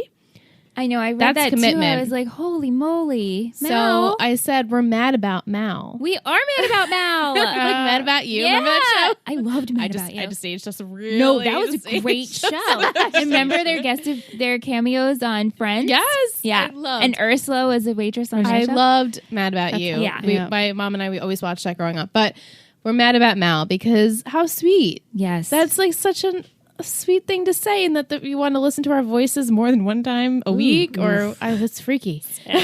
Sam's like, I haven't listened to my It's so sweet, and we're so happy. I can't believe you're the girl from Reddit. Yeah, I'm so happy that you stuck with us and you took our suggestion and you like One Tree Hill and you love the OC, and I'm sure eventually you'll get to Gossip Girl. No rush. We have plenty of other podcasts to listen to, but thank you, really. Thank you so much. All right, guys. Are you ready? Boo boo? I'm ready. Okay. I am so ready. Well, it's okay. This is really just for Liz. It's just really just for me. I'm going to give Liz a haiku to describe the next episode. This is so much fun. Well, Sam has a question. I have a question for you. She has a hypothetical. Oh, she's got a hypothetical? We're doing After Dark. All right. Yeah. But first, the haiku. All right. So here's your haiku for season 4, episode 4. I can't believe we're on episode 4. 4. Oof. The Metamorphosis. I hate 4. 4 is my favorite number, I hate too. the number 4. It's so weird. Hates it. Sorry, I digress. Okay. All right. Change is a good thing, especially for your growth. Accepting is tough. God, that could be about anyone. Duh, girl. Can't tell you Well, everything. metamorphosis, like a caterpillar into a butterfly, right? So Right. maybe it's nature and has to do with summer. Oh, okay. That's cute. You know, like she is evolving into figuring out how to grieve because she's not doing that. But she knows that she needs to. So maybe in this next episode, we'll get a little bit more of that. I'm pretty sure she should see a therapist. If not, everyone should, as we just talked about, should see a therapist. So I highly recommend that for her. Maybe everyone else is changing butterflies. I don't know why I stuck on this butterfly. I mean, it doesn't necessarily have to be butterflies. It's not the only thing that changes, but Beautiful butterfly. maybe Taylor, she'll spread her wings and figure out what she needs to do about her husband because she is still married now. Maybe she's like fluttering around. Randy actually and I just watched The Butterfly Effect. Oh, that's after like a long time of not seeing it. Really good. Also, Aaron from Gossip Girl plays the younger version of him. I was like, what? This is Aaron from Gossip Girl. Wow. Anyway, so lots of change. Hopefully more people will come to terms with their grieving, the stages of grief. Yes. Oh, that could work too. Like each stage is like a change and then we blossom. Change is coming. Yeah. People are healing. Yeah, and we're going to go a little bit lighter. Thank goodness, because I'm just, it's my heavy heart. Heavy place. Too much. Good job, Liz. Thank you. Are you looking at what's happening next episode, Bobby? We watched. Oh no, I was snapping Let's Talk OC podcast. They don't have a snap because they're with the cool cats my, and they like- sit at the Instagram to my table, like Bob. 7 followers, you know. Right. Oh, it's so sweet. What Yeah, I happens on guess, your own I guess you Snap? can call me an influencer. Publicity. To Thanks, 7 guys. followers. Well, thank you so much, Sam and Bobby, for coming Yeah, on this thank you. episode. Thank you. Thank you. So fun. So many great talks and in-depth Great. discussions. I mean, you guys sent me more episodes you want to come on. Yes. Hell to the You want to yeah. come on for the penultimate, which is 15, right? the one before the finale. Yes. I will come on for everyone. Yeah. Aww. We would. Thank you. Yeah. Thank you so much to everyone who sent in their questions and comments and our Patreon network and all of our patrons. We love you so much. It means so much to us. We love hearing from you. If you'd like to be a part of the show, if you have any questions or comments for us, you can send it to us on Instagram, Twitter, email us. We're Let's Talk OC everywhere. If you're an Apple Podcast listener and you listen on the app and you haven't rated us or reviewed yet and you're thinking about it, please do. 5 stars is pretty great. We will be back next week for season 4, episode 4. Metamorphosis. After dark. After dark. Let's talk OC. Let's talk OC.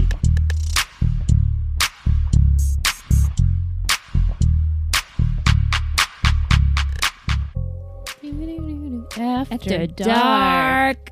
Here we go. Sam, hypothetical. You ready? Okay. Let's talk spoilers. Yes. Although I probably won't spoil too much because a lot of the show's already been done. But so my question I was talking to Michelle about it. So I go all the way back to season 1. If Jimmy and Julie never separated Yeah. and they just, I feel like ever since what's her face got alopecia. China? China. Okay, excusez-moi. How would Marissa have developed? Do we think that she would Good have point. felt like it's kind of like a nature nurture thing, right? So would she have had a more stable household? Would she have felt more unconditional love from parents and more modeled a more consistent just family platform? And then she would have felt more secure in herself and maybe not have had all these questionable choices. Well, Jimmy still would have had the money issues, right? And Julie would Right. still be not Like a they're present still mother. themselves, but if they stayed together, would that I just remember when her and Caleb were on the boat, like season 1, Yeah. and everything And came out. Marissa's Marissa's seeing all of this, and there's that fake staged yeah. photo. So all of these issues come to mind, and she has all these different partners, different questionable decisions, always needing to help the next person. Would she have felt that way if she had a different outcome in the home? I think Jimmy and Julie would have, if they stayed married, would have just been almost roommates and separate people because Jimmy would have had financial issues. There would have been a lot of fighting, and I still think Marissa would have. I think she not would rebelled, have but wanted attention. Yeah. And did whatever she could to seek that. And maybe we would have still had the Tijuana situation. Oof. And who knows? I mean, Right. from what we know, she was supposed to die then, and That's Ryan right. saved her. So, Yep. Scene in the alley. no, it's Stop awful. It. It's Stop awful. It. But Stop I it. think she still would have Stop followed the path, knowing who Jimmy and Julie are as people, and because Julie was divorced from him, she had to live on her own and become her own person, and that's why she blossoms. Agreed. And so that's her. She was able to form that a little bit of a relationship with Marissa. Yeah. Caitlyn still would have been in a freaking boarding school. Yeah, So, I know. Caitlyn would have just They been would off. not have cared about her either. No. So I think it would have been the same situation. Some questions and comments from our listeners. Jillian, she says, seeing how Ryan and Julie's relationship grows throughout the season brings her joy. Yeah. This episode had their first moment of peace together, and he goes on to be an A+ wingman. Oh. Tish says it's crazy how Frank and the Bullet knew each other from a past Right. life, and they were both going after Julie. Do you guys remember that? I did not remember that. No, I just remember them separately. Yeah. Also, Interesting. I know Kirsten and Julie have their business, but I forgot when that comes in. New match. Right, like we haven't touched another upon 3 that episodes, I think. That's coming up in because we were reviewing the episode list, and I'm like, oh my gosh. And then she, just gets shit because she's like Julie. on hold for now because for everything with Marissa. Right. So Mike asked, do you think Summer's path this season would have been the same if Marissa was alive? He doesn't think she would have gone full activist right off the bag, especially to the point of getting expelled, but maybe still have an interest in it.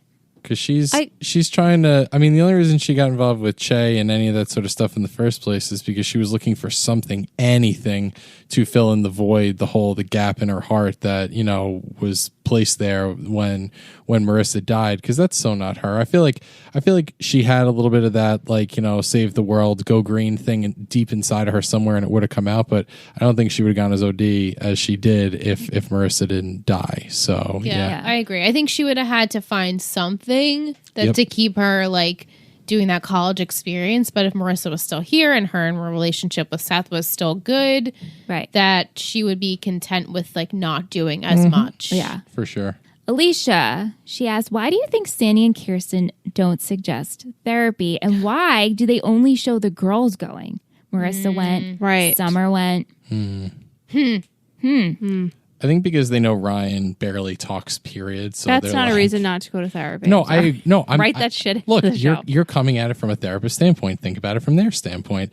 They probably don't want to pressure Ryan and push him. I think Ryan, should at least try it. But I figured they were probably like, Ryan, we just got Ryan talking, period. Let's not overload the poor guy. I think too, it would have changed his character.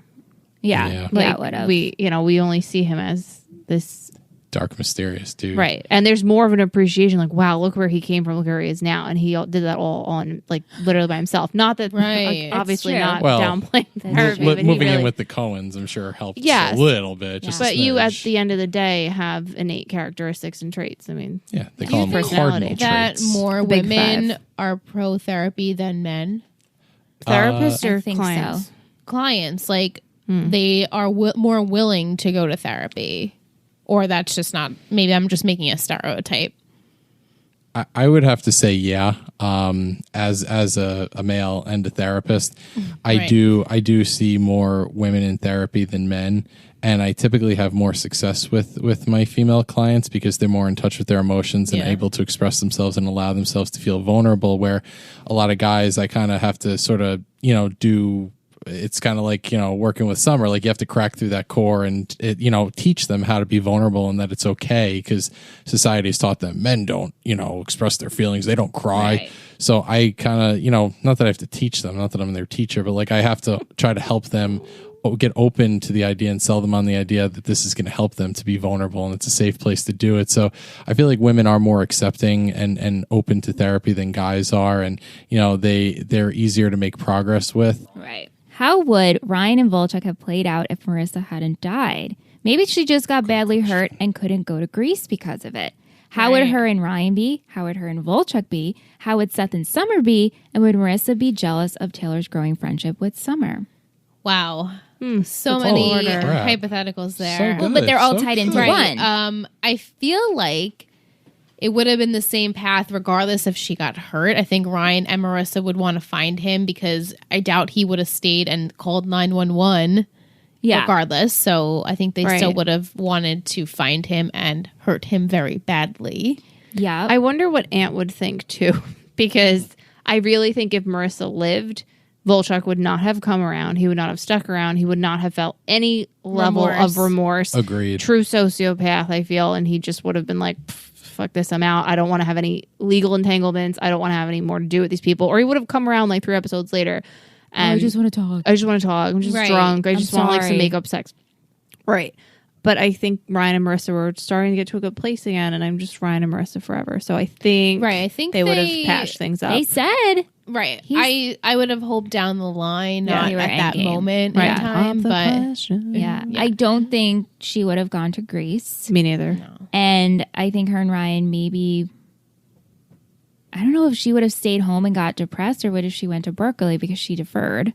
He would have went to Berkeley. Right. So she would have had to been home with by her herself. mom. And then Seth and Summer, I mean, Seth would be home, but Summer would be in Brown. Right, so maybe Seth and Marissa would bond. Yeah. That'd be an unlikely They could. dynamic, but That would be kind of fun to see. I'd love that. And I actually don't think that Marissa would get jealous of Taylor and Summer getting close Same. because Marissa was never the jealous No, type when I it came don't to see female that at all. friendships. Summer would be the one getting jealous if roles Definitely. were reversed. Right. Yeah. So Definitely. territorial. But not Marissa. No, I think Yeah, Marissa no. would welcome Taylor into For the sure. group and she say, always like, did. she loves the troubled I mean, ones. She likes to bring them but in. wasn't so she should have jealous accepted of her. what's her face for a second? No, Taylor Lindsay? had it. Teresa? "Oh, Teresa."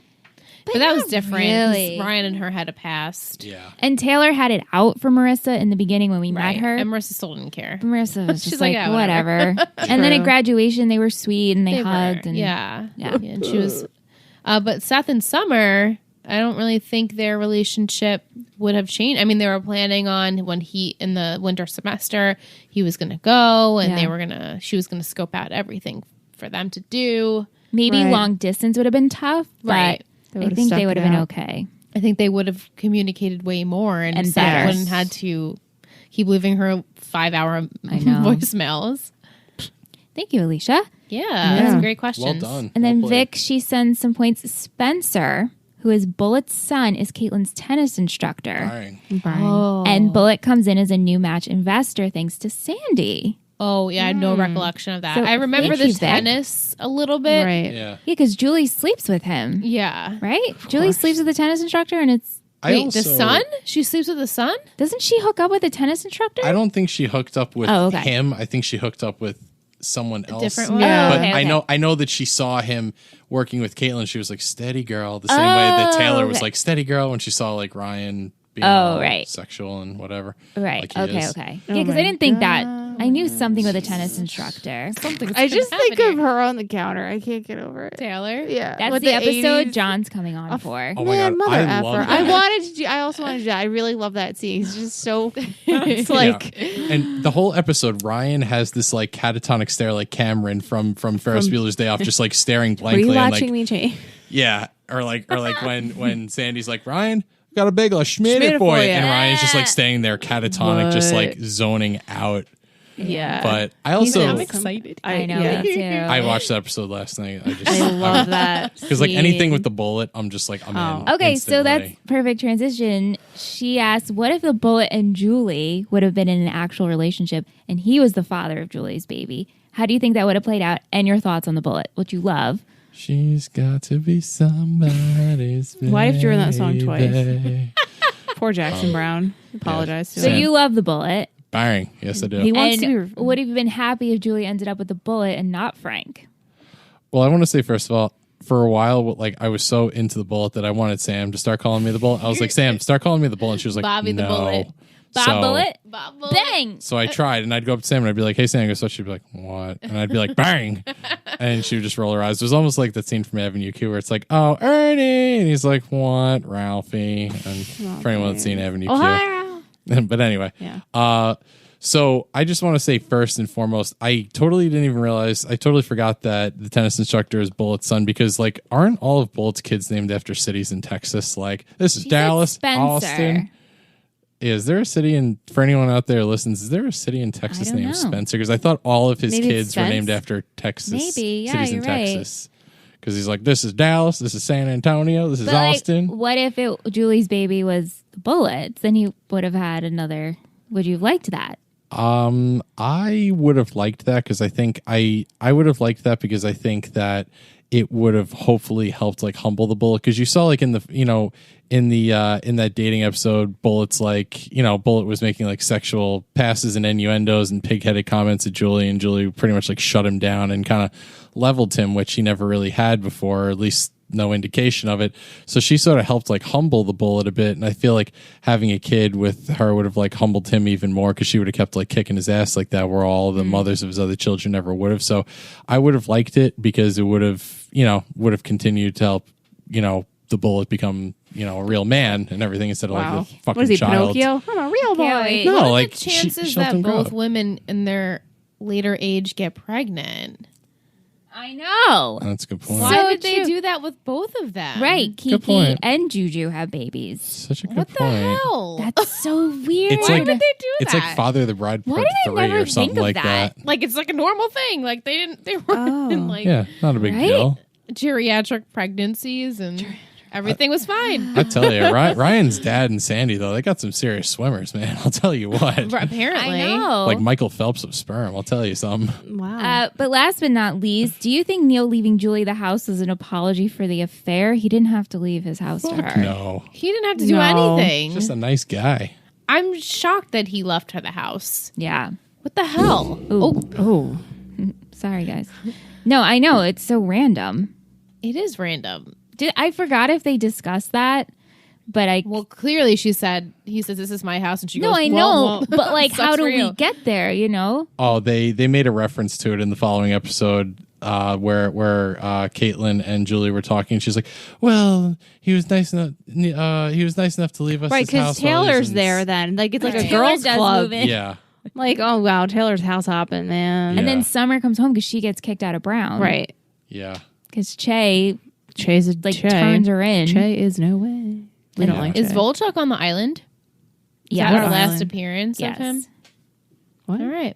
He's no longer we on the call show. whoever disappears forever is on the island. Right, like that was his last episode ever. Yeah. Interesting. Yep. It's a And good- Neil too, I think so, actually. which is crazy Is that since that's Neil's Summer's last- father. Is that Neil's last episode? I don't know. What about the wedding? I don't know. Does he go to I the don't wedding? know. That's a good question. Do we see him in that I don't know. montage? Very good question. Let Doubt us know, it. Maybe guys. they said like the back of his head and it's not really him or Right. something. I don't have a hypothetical, but I have a question, a general TV Sure. question. Sam, go. Oh. This is Whoa. after She's, like, hours. asking There's for no- permission. So no, it's not just to the OC, but people who watch, obviously TV in general. If you have a character, like, I'll give the example before the question. So with Volchuk, the actor who plays him, because I was looking up all their information today, is by societal standards an attractive guy. Yes. But Him because very. of He his is. Total character, I cannot see attraction to him. I'm just Right. like, No, you I are get a that. douchebag on wheels. Like I said to you the other day. So the in thinnest general, slice you of look at Cam Gigante and you're like, you're a douche. like I'm not a That's like not nice to him. like I said to you guys, thin slice of nut loaf. Like he is just a I still don't understand that. just a douche. Yeah, me bag. neither. Can Nut we loaf? wait? Let's just pause on that. Sam sends Liz and I a text that says, "I just walked into the wrong store and felt like a moron. I'm the thinnest slice of nut loaf." And Liz is like, "What does that mean? Like, who said? Nobody says I'm the thinnest slice of nut Like loaf. it's like the worst part of the bread. Like the first or the last Who's slice. eating a nut loaf? Right. It's not a good thing at all. It's just like, wow, you are such a nut loaf sandwich. She like could have said, oh. I was just really embarrassed. And also, you're Yeah. probably wearing a mask. Who can tell if you're embarrassed? Or even who you are. Right. Yeah, I went. The thing, where was I? I went to like the wrong type, whatever. What kind of store did you go in, I Sam? forget. What was this Friday? Where was I? It doesn't matter. I just I felt don't- like I don't understand that. It's saying. just like, wow, you're just like the worst. Okay, so jumping back, I don't see attraction to Volchuk.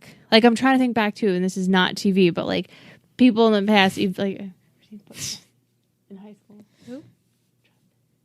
Oh, yeah. Yeah. So there's this guy in Ugh. high school, one of my friends' boyfriends, again, not TV, but your characteristics make you so unattractive Right, sometimes like you that could be attractive, but then your but it's personality washed makes you out. ugly. So do Right. you find that with shows that you guys watch where the antagonist or the villain character just plays their character so well and you're just like, wow, you would be attractive by standard, but I just am so not turned off, but you're But just am I turned off by the aversive. character because I'm supposed to be there the villain? Or No, like look, like he would be a seemingly attractive guy, but like I'm in person, in real life, you're yeah, like looking I'm like you see Cam Gigante and you're like, you're not attractive because you are a I'm just like, douchebag. oh, you the killed OC. Marissa, or like what's his face, he's Christopher from The Sopranos. I'm just like, I fucking hate you, whatever his name is. Christopher Malone. Moltisanti. But the actor's name, we saw him live, and I'm like, "Fuck you, I hate you."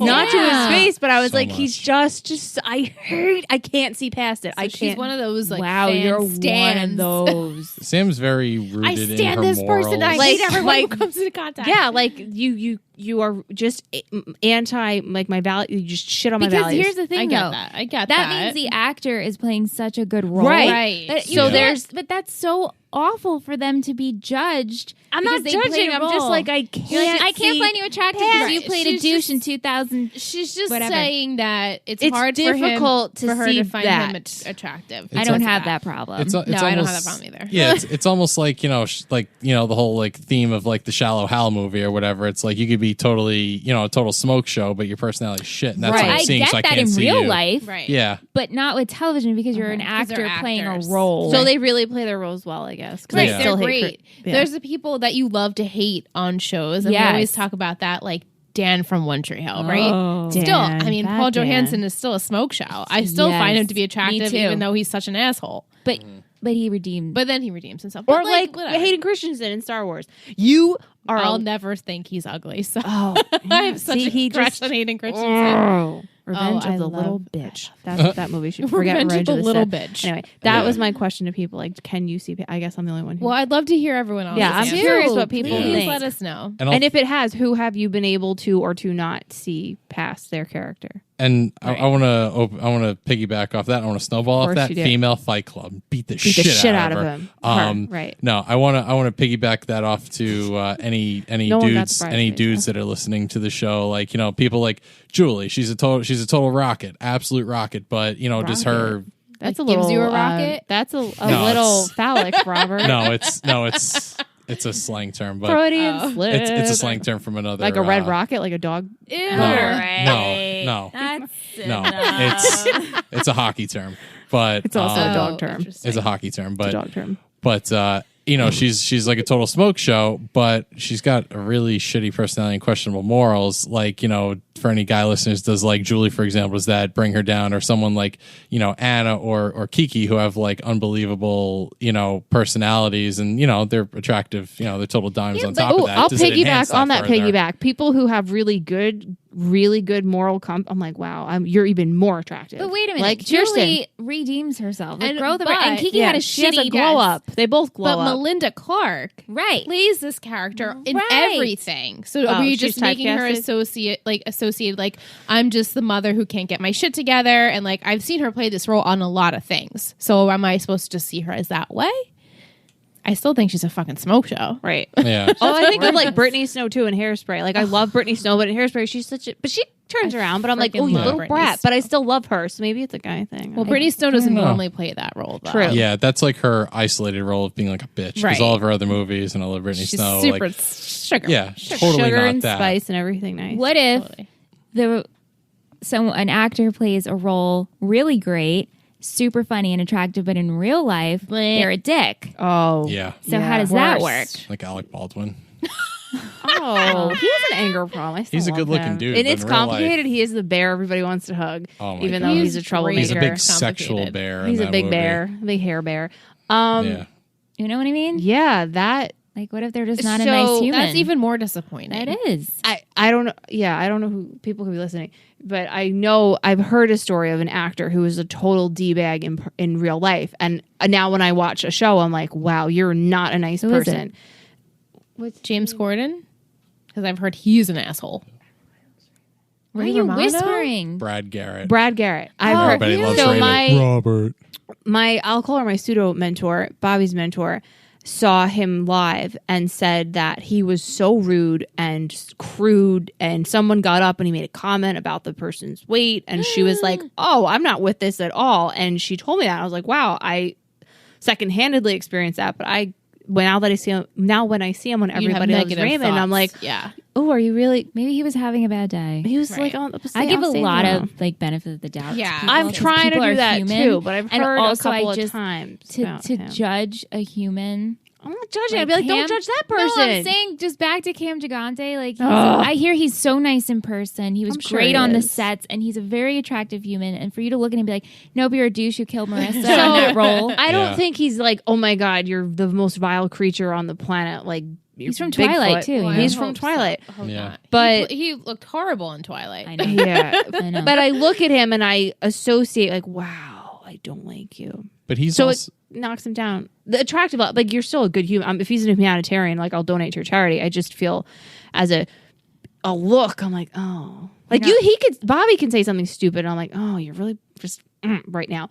So yeah, my stock goes up and down pretty frequently based on what I say. All right. Well, perhaps this is a good time to end this. Well, no. I had an open-ended question to the audience, like how you feel about it's a good question. Please respond. And Volchuk also, in a lot of his other roles, he plays the same, narcissistic. Yeah, Cam Gigante. Okay. He plays the same. Crack again. He plays the same, he's got a really cool name. He plays that same sociopath. So for anyone who's ever seen the movie Never Back Down, he's literally the MMA version of Volchuk. Movie. He's so good in that role. He's great. Did Anthony direct it? Or? He's like a fucking predatory anaconda, just sneaking up on people hey, and then he just he's so good. I know. See, he's feeding off Psycho the Derek, vibes. the guy who plays him. I always see Psycho Derek. Me too. See, but I know he's just an actor. All I'm not.